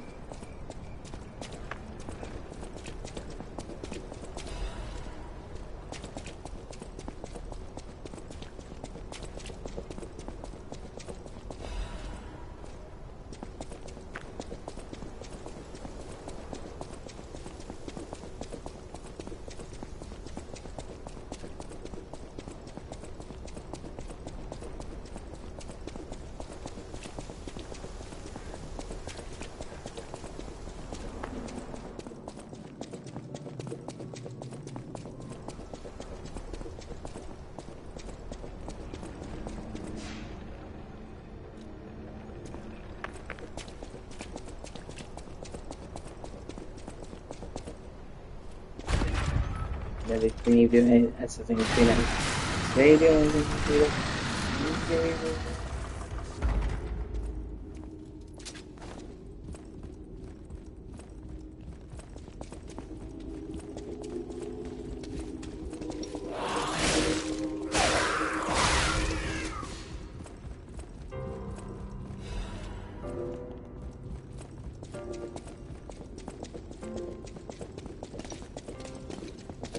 Yeah, now they're getting buffed. And they have that gold aura, it means they do like double damage and they take like half as much damage. The fucking Grand Spider Opera bitch does that. So you need to find her and kill her.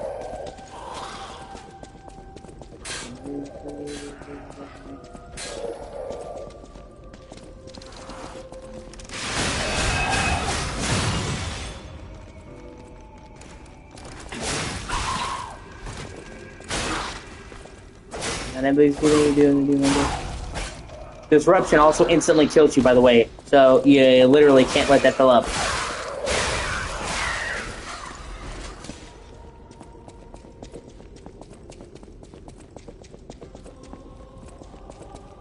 Wait till I get up there, bitch. This is one of the easiest quests to miss at the end of this, because you find this chick you give the red apple to right before you enter the room, so it's so easy to miss it. And then even if you give her... See how much... Even if you give her the fucking... even if you get there, most people didn't find the red apple.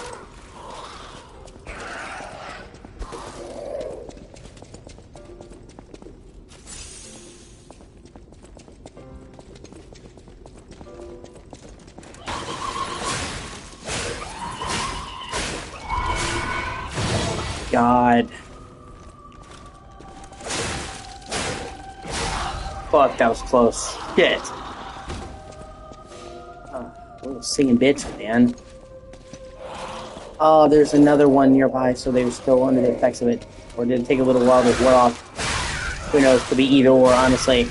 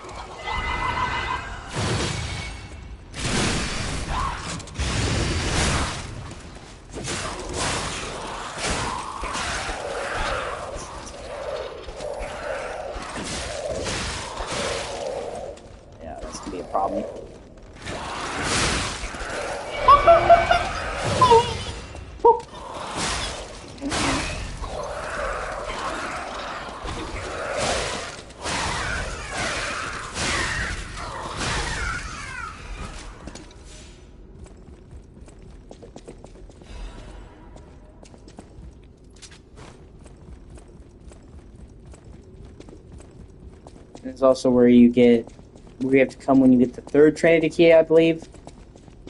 Yeah, underneath the stage.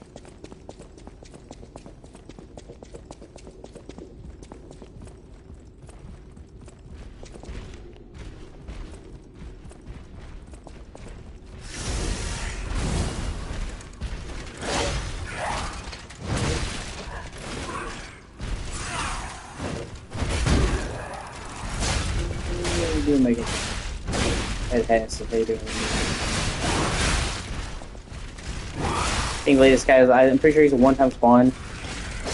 Like a mini-boss. Same as the puppet fucker. The clown dude. Outside the opera house.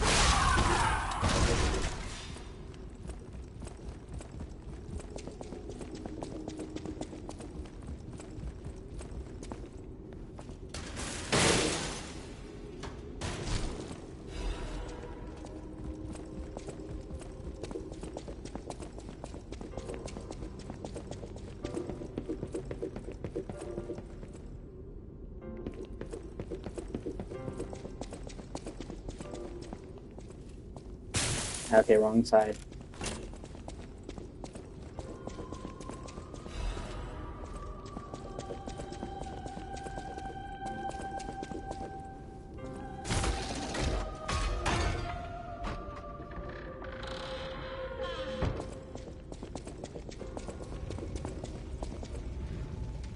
Seeing you drop around and then the fucking... That's where you go to fight the boss. You have to... So you come back here for the Trinity Blade. Or you come back here for the Trinity Key, but you go around, and that's where you find the Adelina Corday, and you have to find her and talk to her before you do this boss. So you see the path ahead of you, and it's so easy to miss out on that. And I did the first time I played this game.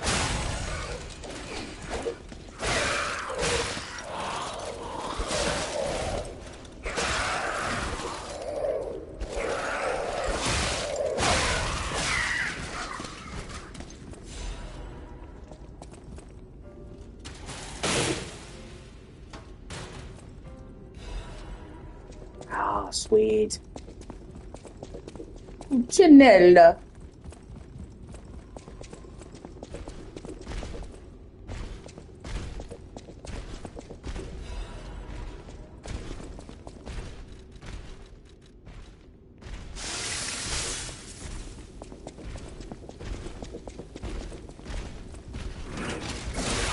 Ah, god damn it.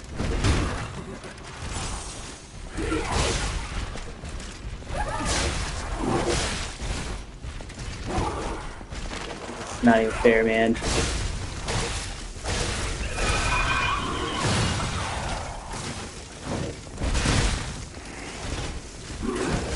Oh.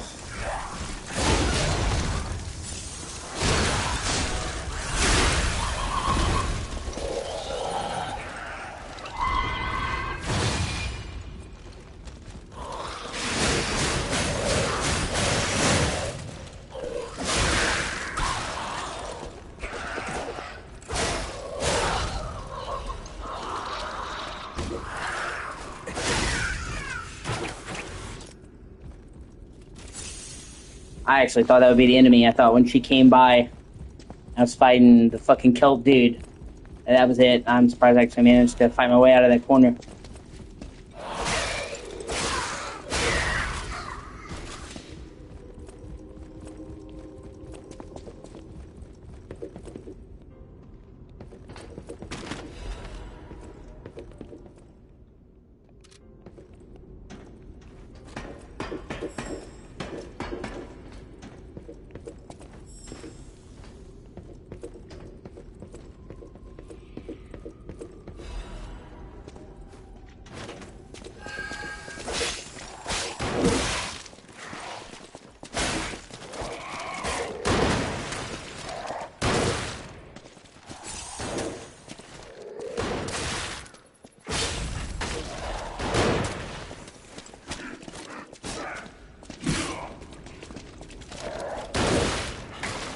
What a fucking fuck.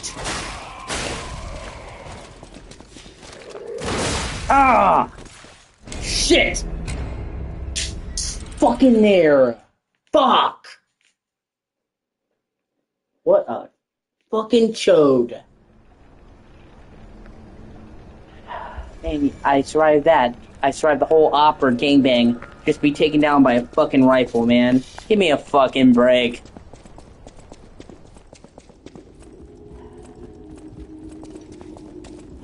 Lame, man.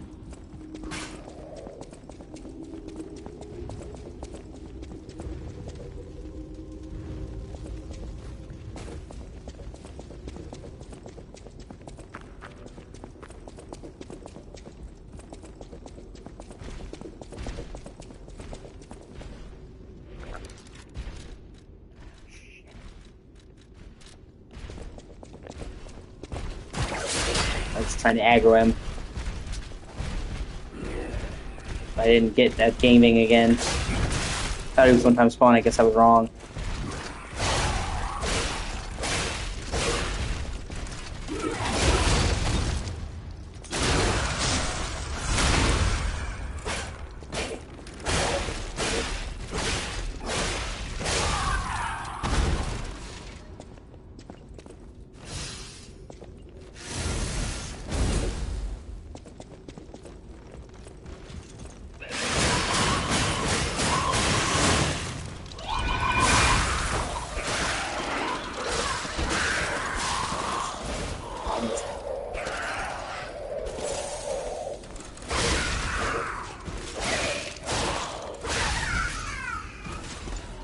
Shit.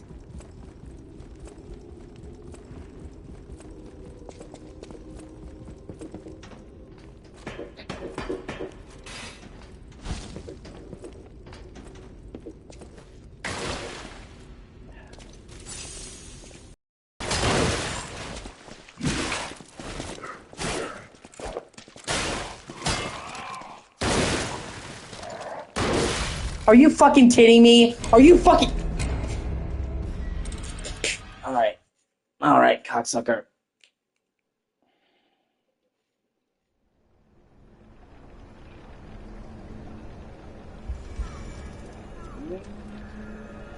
Alright, now you fucking piss me off. Alright, you know what? Hold on. We're gonna switch the grindstone. Electricity. These puppets are gonna get fucking fried.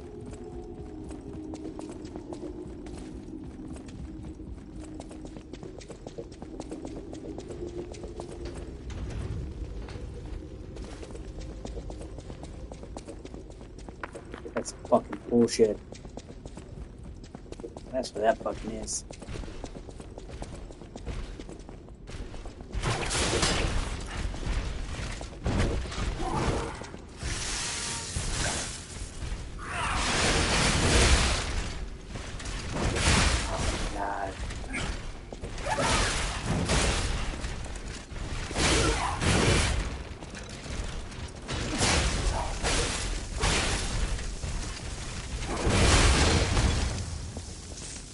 Fuck you!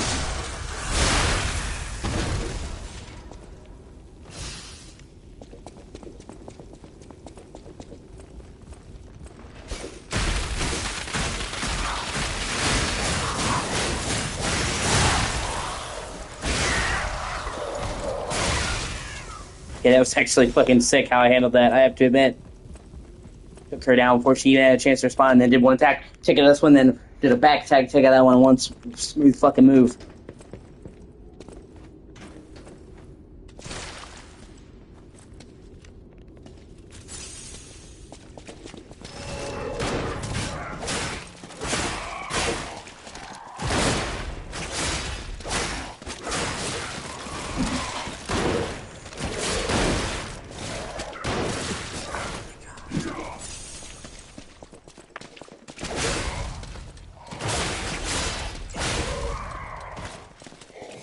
Cunt.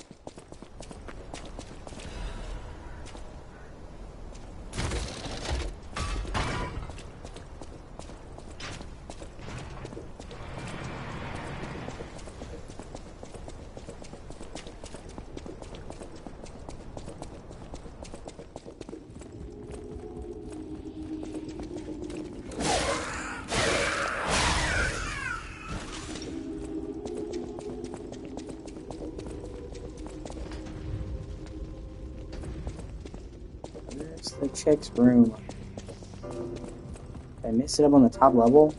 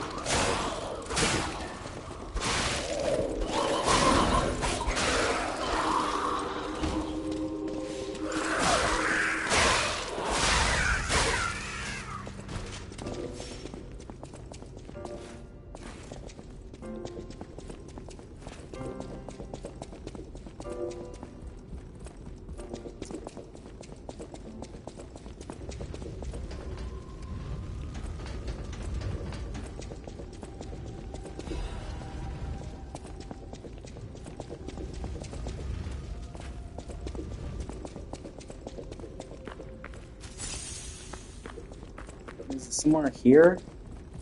Or I remember something. It was somewhere super easy to miss. That's why I did miss it the first time.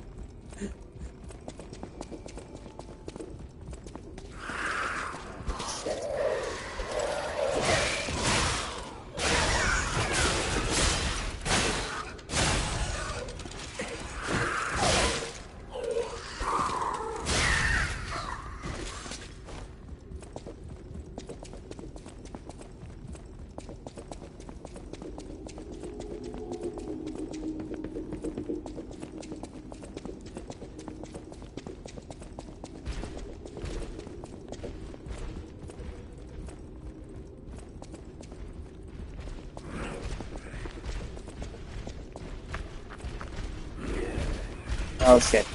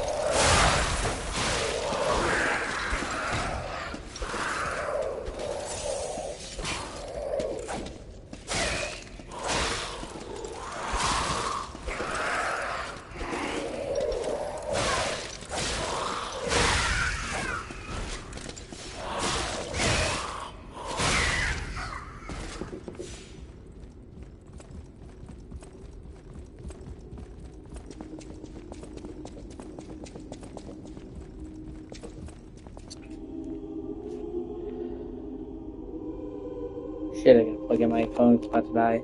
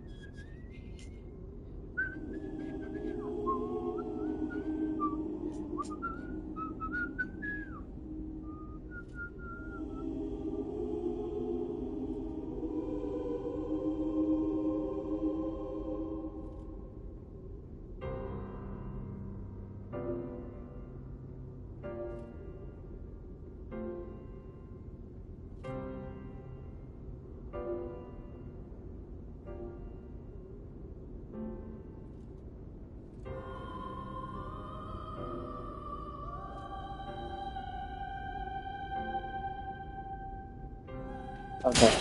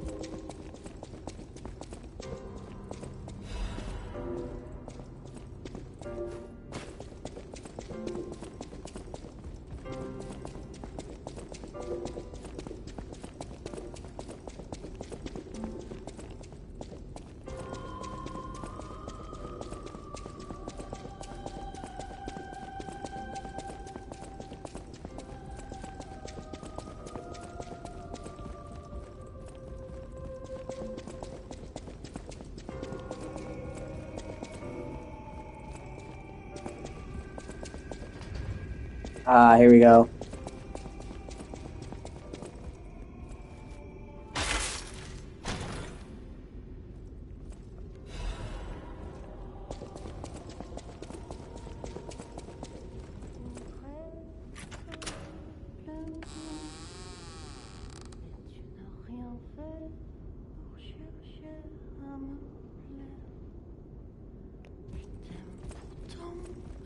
Oh, who are you?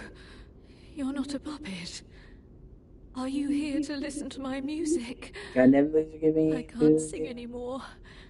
This petrification disease took away my songs. Riddles. I was fooled by him. He said this place was a shelter. Trisha, I'm so sorry. Trisha, I'm parched.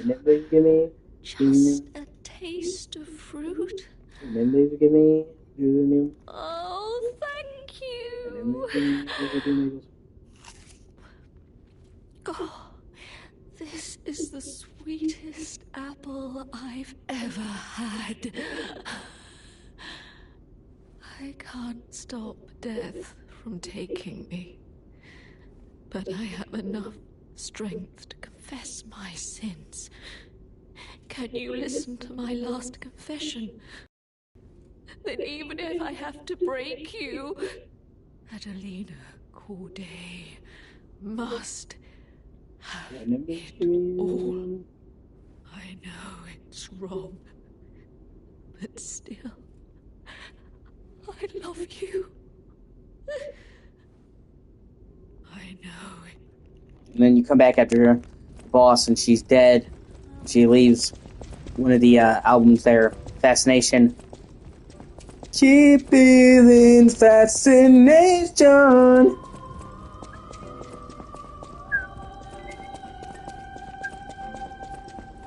If it feels a little time is needed, decisions to be made on that day.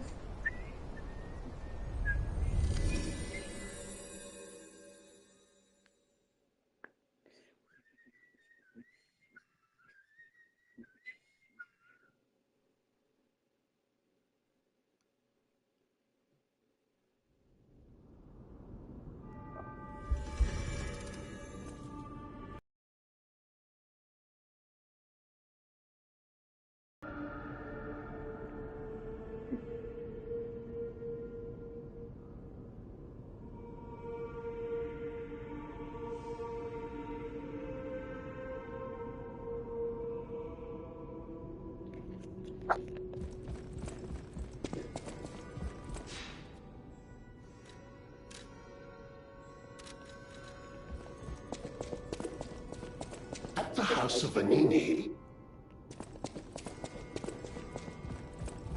Welcome to...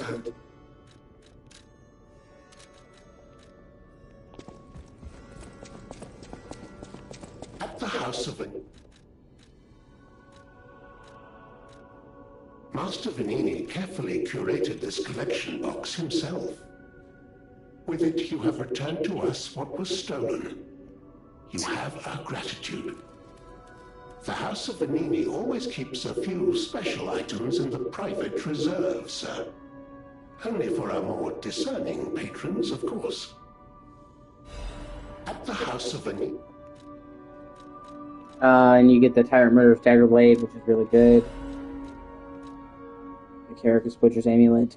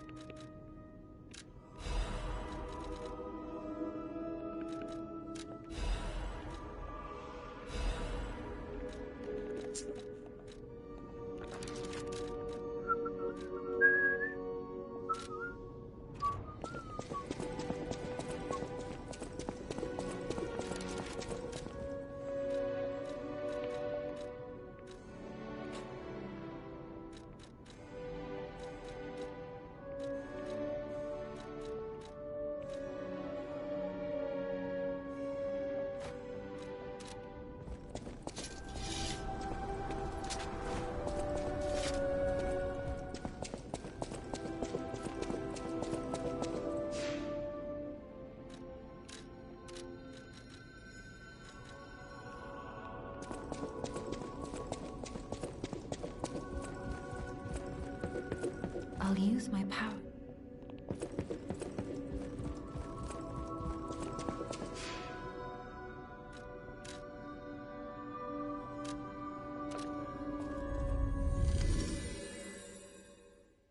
And this boss battle with the leader of the puppets is fucking awesome.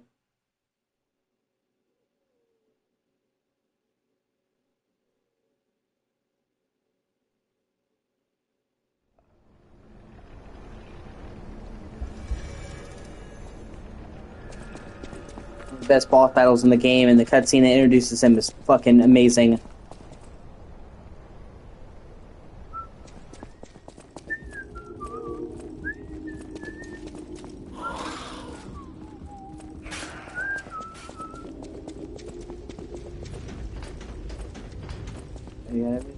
Do Michael's my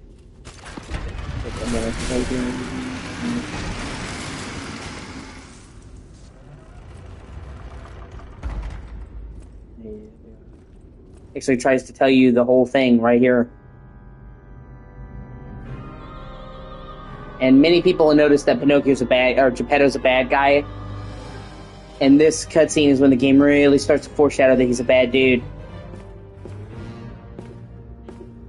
This and what happens after.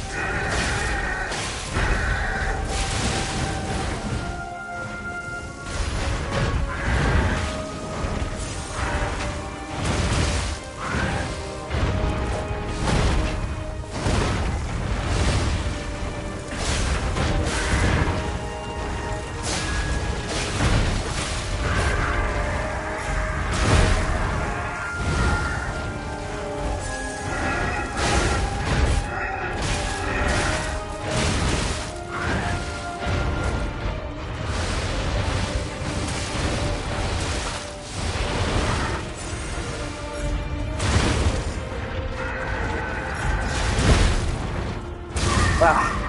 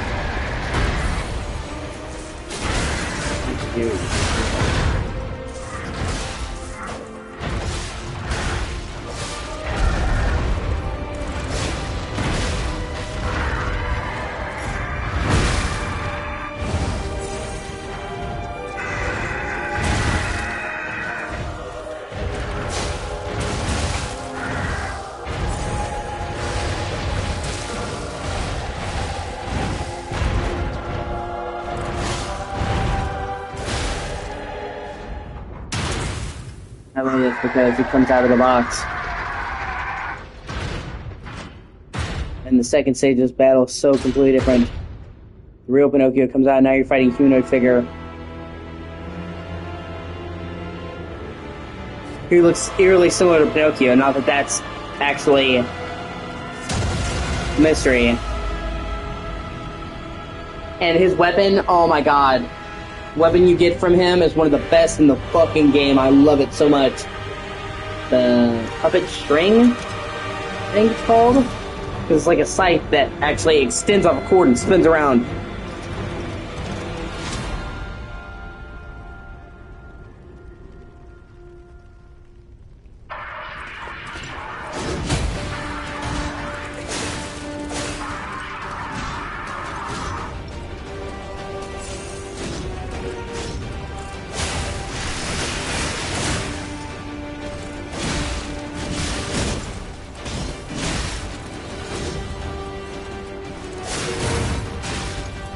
As you learn, Romeo actually used to be the real Pinocchio's best friend. He still is. This boss fight is actually super fucking tragic.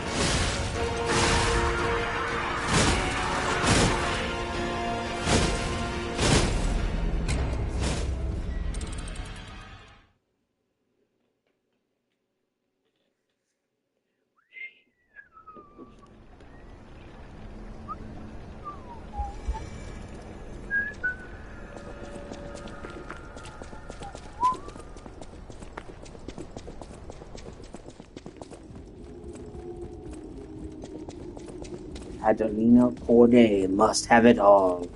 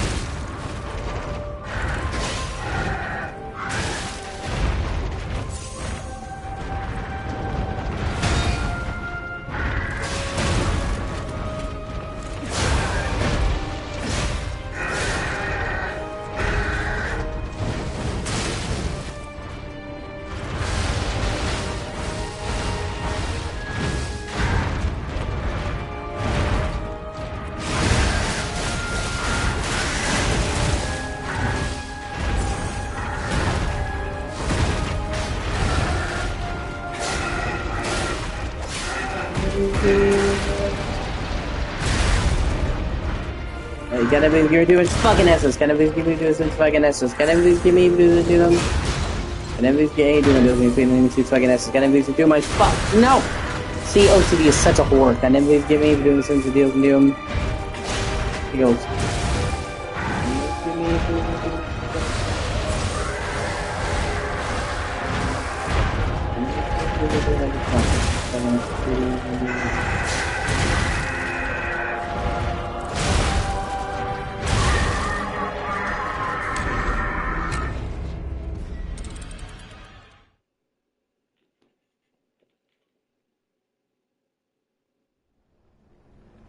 Gotta never give me the deal and do. Gotta never give me.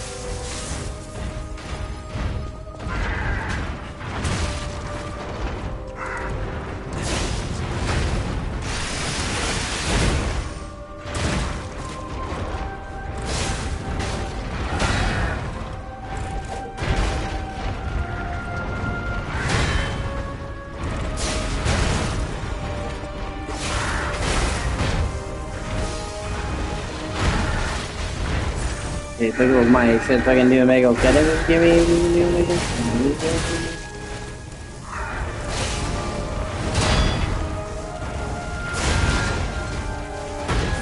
Please give me the new Omega.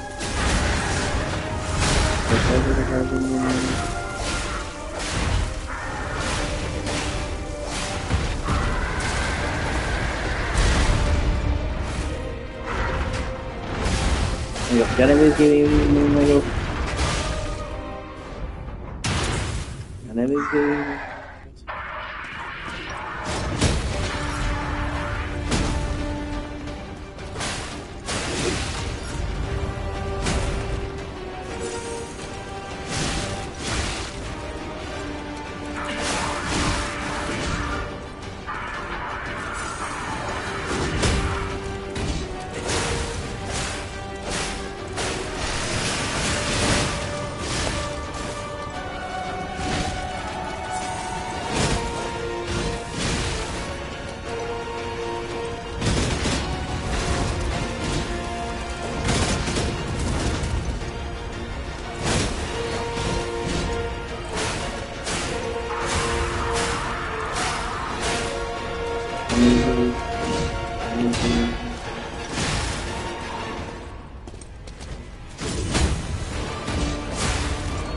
Can I please give me 2 and do bagels? Can I please give me 2 bagels, mine?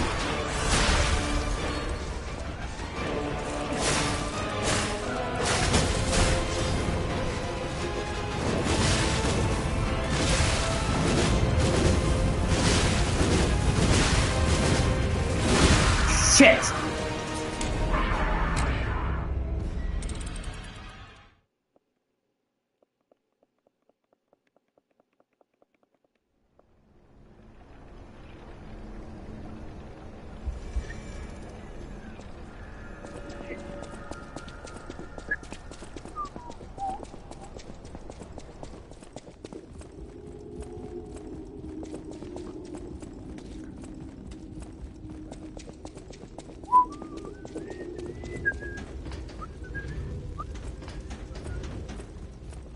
These I have to pay because my ending bagels.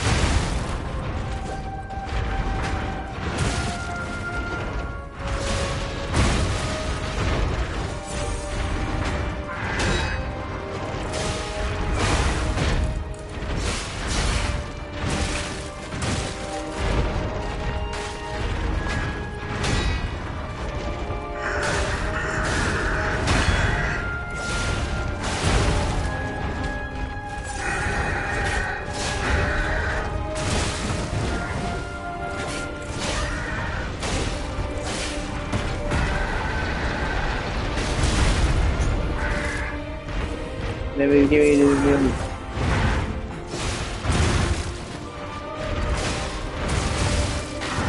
Yeah, pick up mine. If I can do make enemies give me.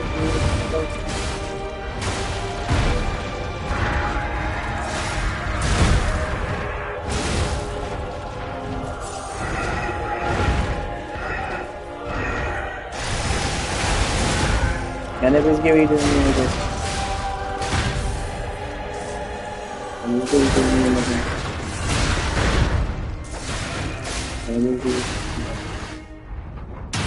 Give me the Oh! Enemies give me the new.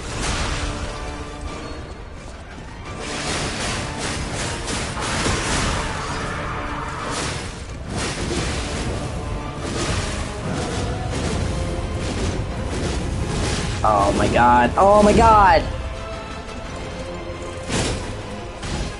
Ah, shit!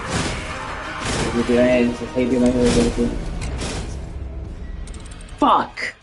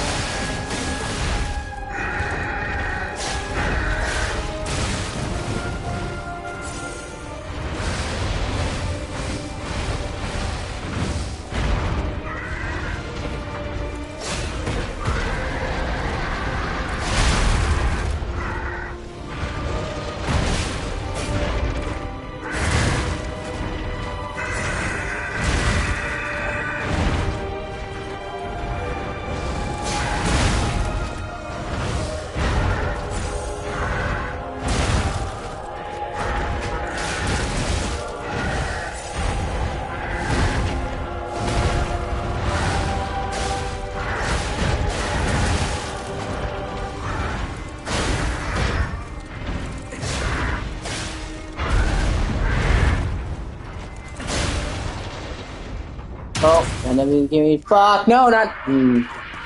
Enemies give me. Enemies give me. Ah, shit. Enemies give me.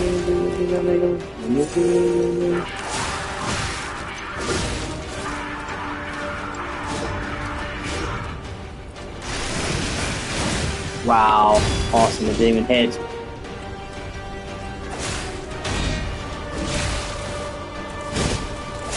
Give me.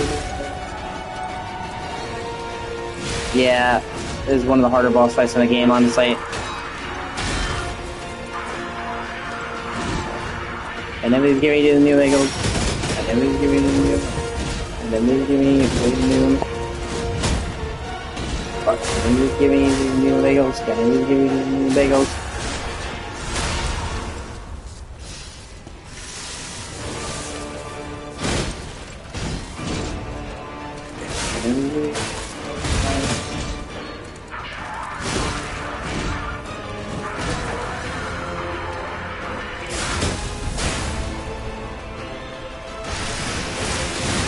Ah, fuck you in your ass. You fucking robo ass. And then please give me.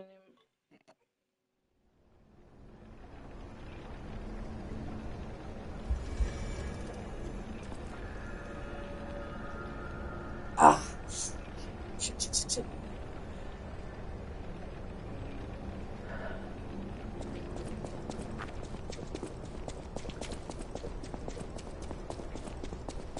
Domo arigato, Mr. Roboto. Hound down, hirimashi.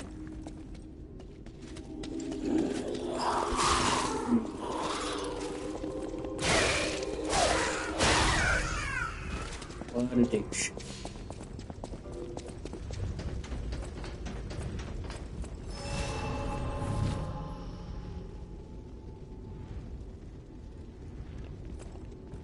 Maybe give me Lego by. Let's Lego by. Lego. Can you give me by?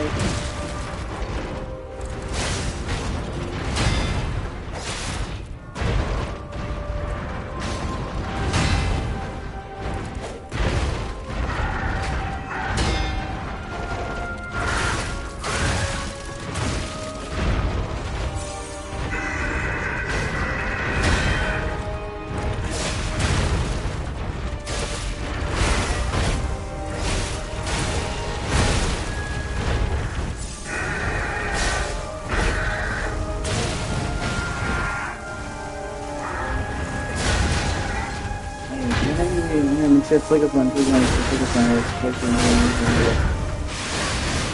It is anything.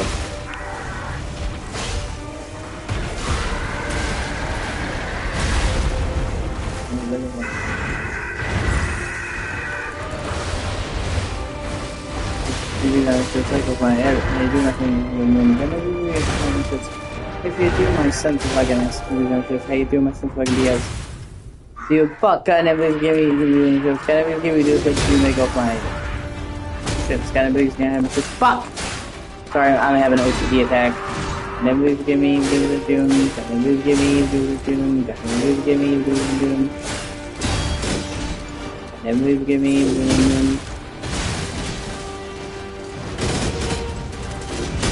Can I please have this wiggle? Can I please give me the doom? And I really doing my sense. Just look at my shit and bagels. God damn, please just look at my shit's fucking man of all times. God and heaven, please give me good. God and please give me this one thing to deal with. And go do something that's just. Hey, give me something just the S can we do my sense of. Okay, you're gonna be fine. God, every time it's just look at my shit's fucking S's. Just look at my S's. Every time it's into again S's. Hey, please do my son fucking ass come do something just like my fuck. God in heaven, please forgive me for doing my sins and deals and do them. God in heaven, please forgive me for doing my sins and deals and do them. Never please do my ass. Hey, please do my sins. God in heaven, please forgive me for doing my sins and deals and do them. God in heaven, please forgive me for doing my deals and do them. God never please forgive me.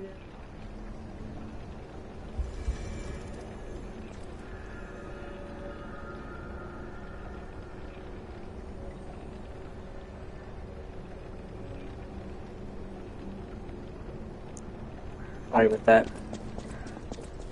God never please forgive me for doing the deal and do.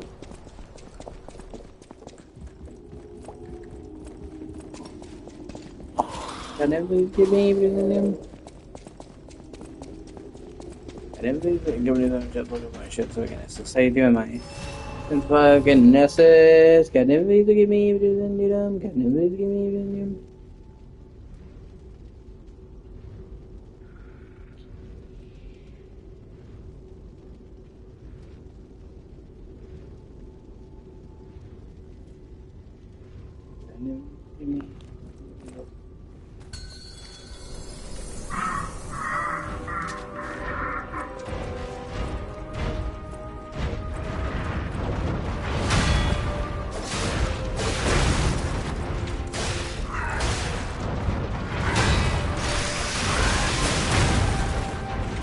Legos. Can I just give me do Legos?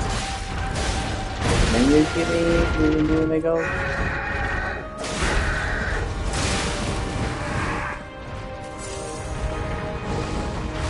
Can I just give me do Legos? Can I just give me do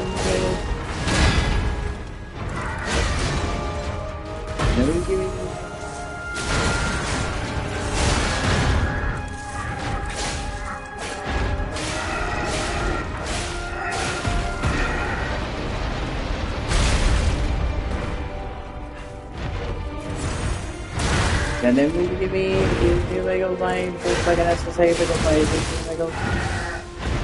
Can they really give me a do my SSA do Legos? And do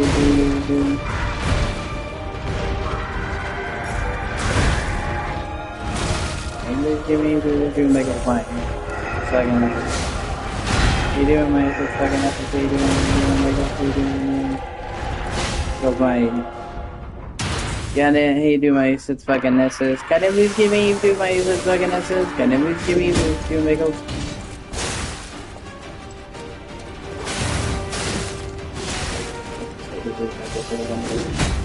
If you do my sets fucking no fuck no. See, I'm of all the times for my OCD to spike up, man. Fucking give me a break. Gotta never please give me do the Megos. Never please give me do the doing.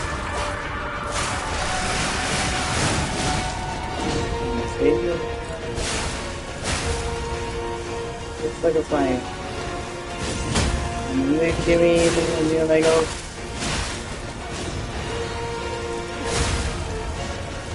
Never give me the Legos. Never give me the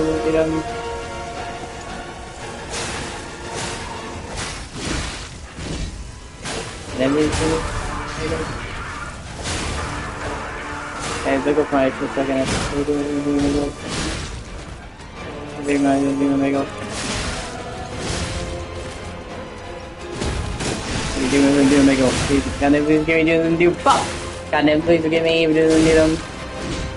Can they please give me do them?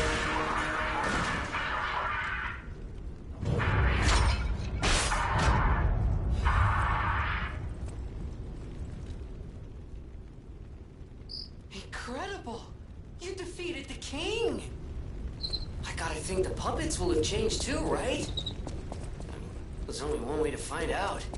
Let's go backstage.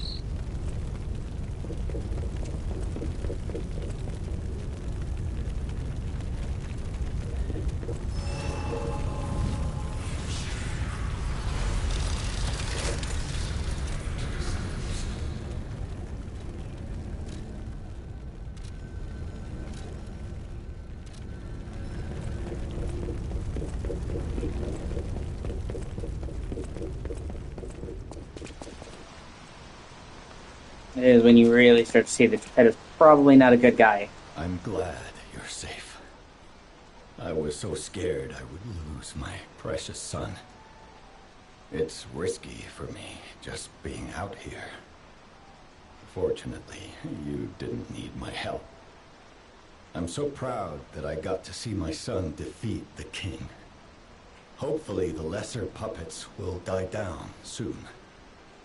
Now that the king is dead, the puppets have no leader, no direction. But the curse of the petrification disease still lingers. It's tough, but I know where you should go now. The Grand Exhibition. Rumors say the alchemists there have developed a cure. As a man of invention, I'm skeptical of the alchemists, both their science and their motives. But they may be the city's last hope. Won't you help me, son? Take this. You'll find it most useful. If it will help Antonia and the others, it's worth exploring. Go to the Grand Exhibition and see what you can find. That one puppet could control so many others. That's a memorable feat indeed. Unlike a real king, the puppet left no heir. The remaining puppets are leaderless, and we can reclaim the city. But it's still a city beset by the petrification disease. Seek a cure from the alchemists at the Grand Exhibition. That one, unlike a real, but it's still a...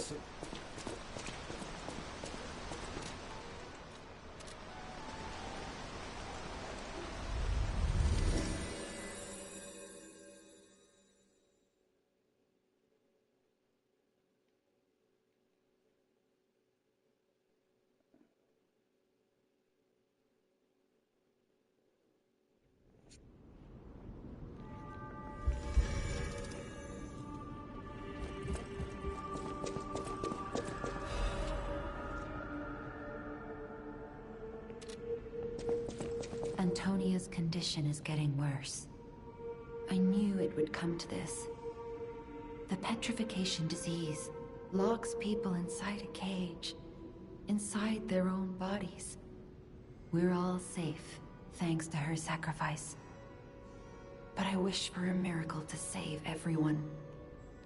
Me as well.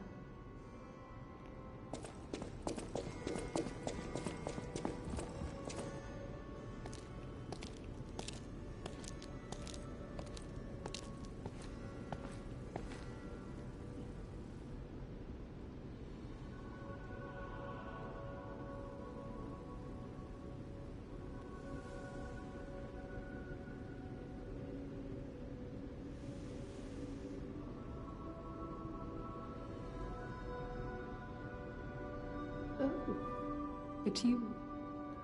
Come closer, won't you? When you reach a certain age, it's a comfort to reflect on old memories. That's a portrait of me when I was young.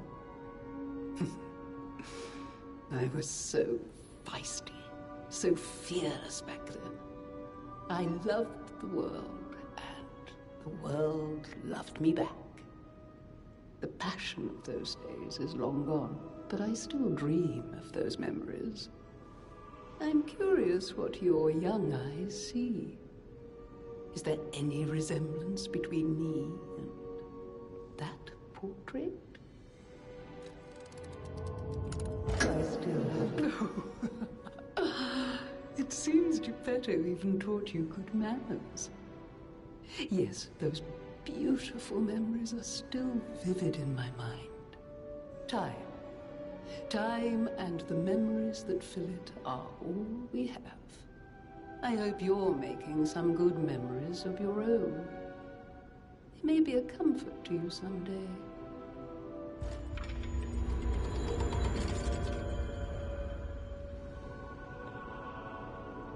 People have... Thanks for keeping...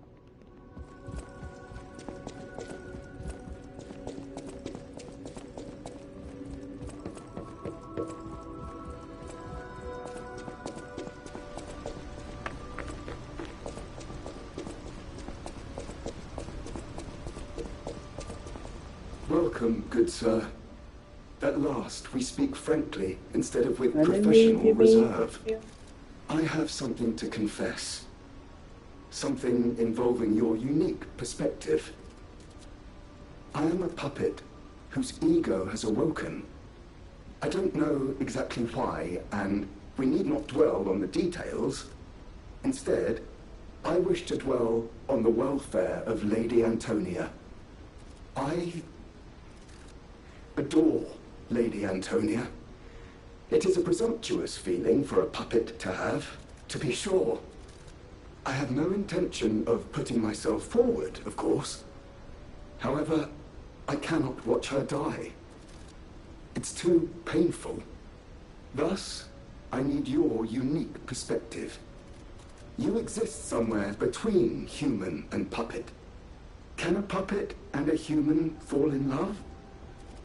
Have you ever met a puppet who loves a human?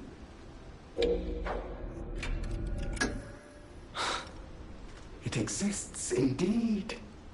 An unbelievable love, to be sure, with a wedding ring as its symbol. I fear even trying to pursue such a splendid happiness. I have no intention of telling her, of course. It wouldn't be proper to burden someone so frail. If I may be frank, this is better than I dared hope.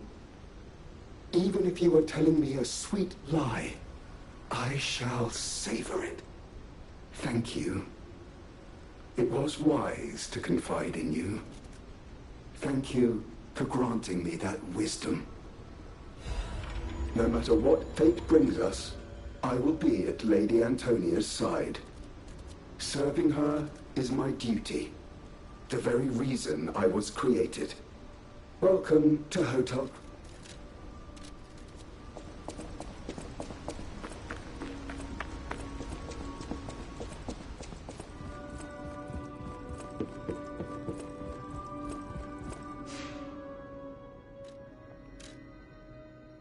I could have done better.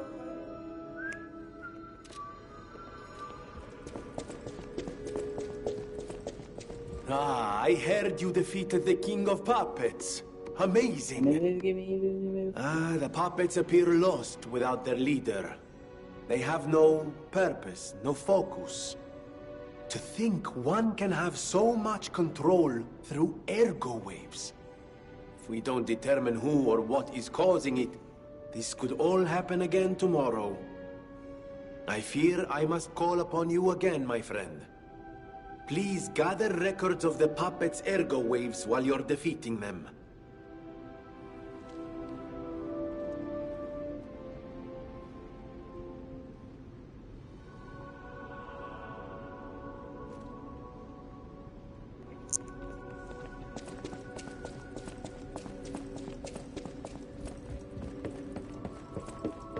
I'll use my power.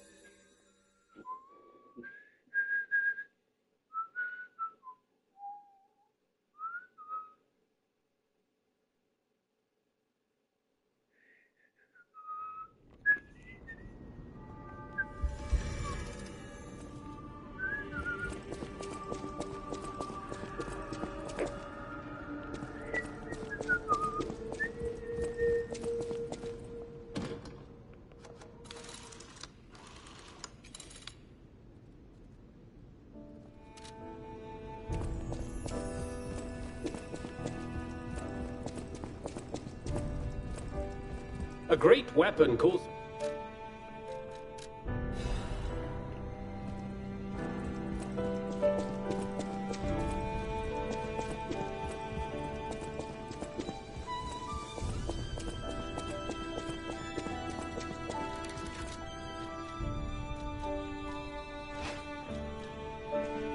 Those are my favorite weapons in the game.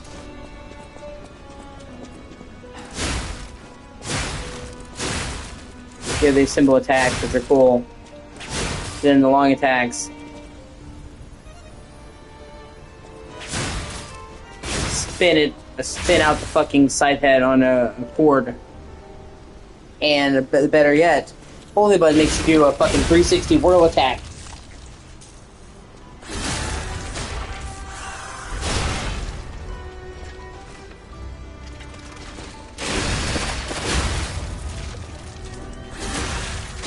And one of the ultimate attacks spins it out even further, and I love it.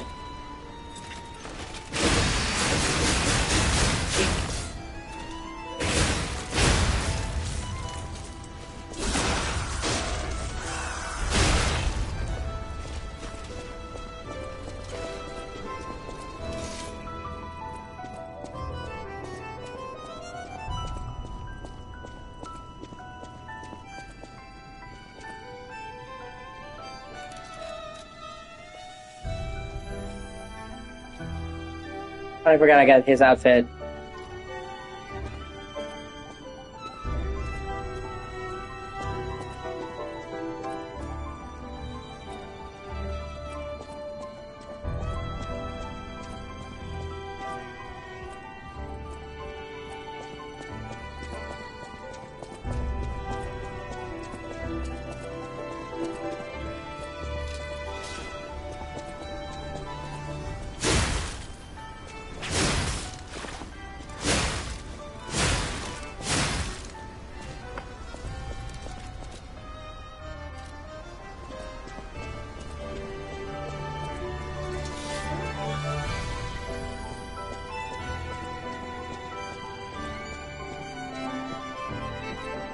I know my way around.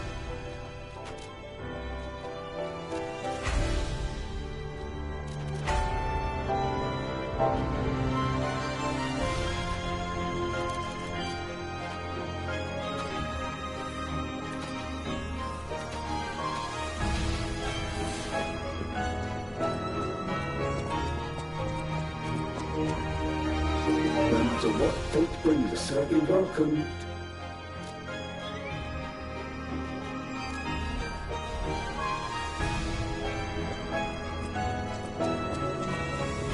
At the House of the...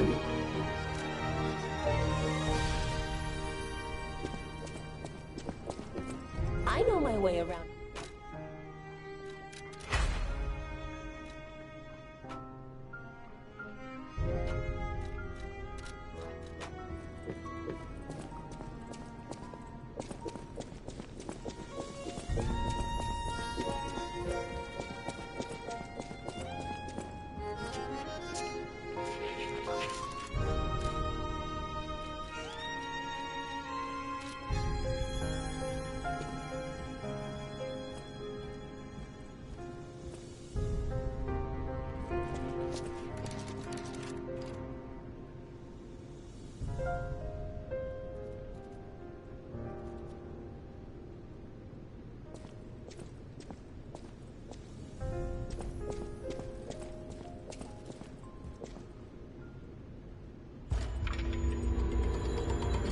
There we go. I am about to get the transformation. I'll use my power. It says you feel warmth.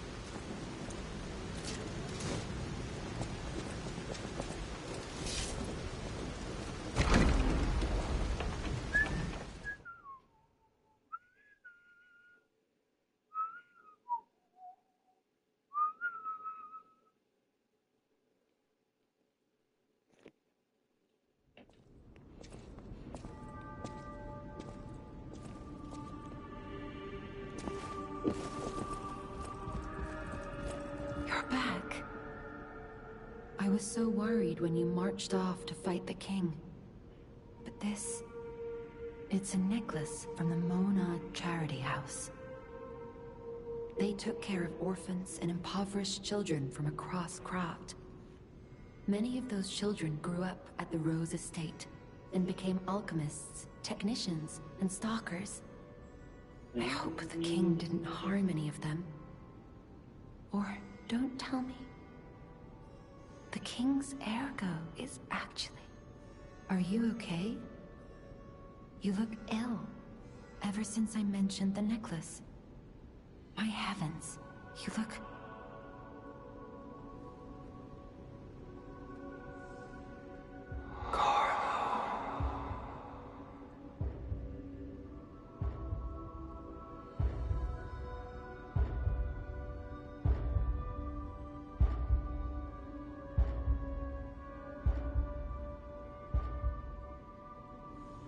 You're changing. You're becoming something more than a puppet. Almost human. If this is what you want, just keep behaving. Keep feeling like a human does. You might just hold the true secret of ergo. See, it's not that his hair gets longer, which is what I thought at first. It's that before it was perfectly coiffed, like a doll, held up in one position. And now that he,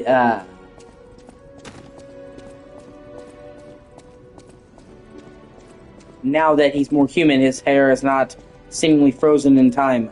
Before it was like poofed up, like a Barbie doll kept in that position. Now that he's more human, his hair falls to the side. So it's not that it gets longer, which I thought, it's just that it stops being frozen.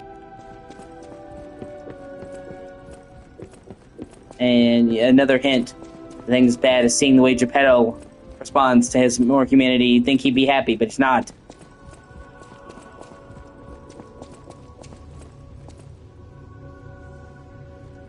Oh my. This is a change I didn't expect. Did the King of Puppets get you? Or some other ruffians? I'm glad you're growing. But I'm not sure what to make of this. Be wary of dangerous people. And always be a good boy for me.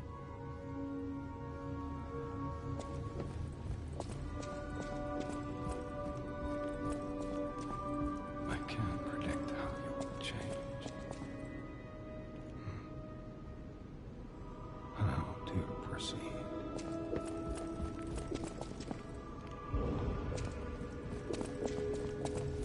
You don't remember much beyond Rosa Isabel Street, do you?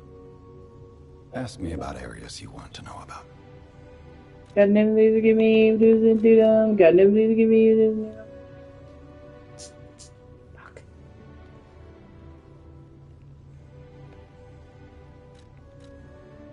We plan to reveal our new automated puppet technology at the Grand Exhibition. If it hadn't been cancelled, it would have shocked the world. The alchemists are there now. Fuck. Working on a cure for the petrification disease.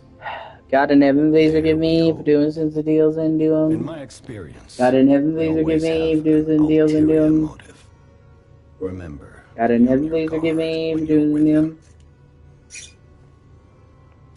The barren swamp was originally vacant, useless land. It became a massive dumping ground when the factory started disposing of puppets. The polluted groundwater spawned strange creatures. Perhaps similar to the ones in the cathedral. Definitely worth an investigation. And rumors whisper of rare treasure in a monster's nest. Why don't you go look for it, son? Krot Central Station. Yes, it's where you woke up. There used to be a workshop near the station. However, the puppets destroyed it when they attacked. Many of the puppets have moved on, but now, strange monsters lurk nearby. Be careful if you go back. You're precious to me. People call them the alchemists of the Isle. Their headquarters must be on an island across the sea, but it's not on any charts. I remember tales of an underground dock in Krat, where the alchemists would embark. That's all I know.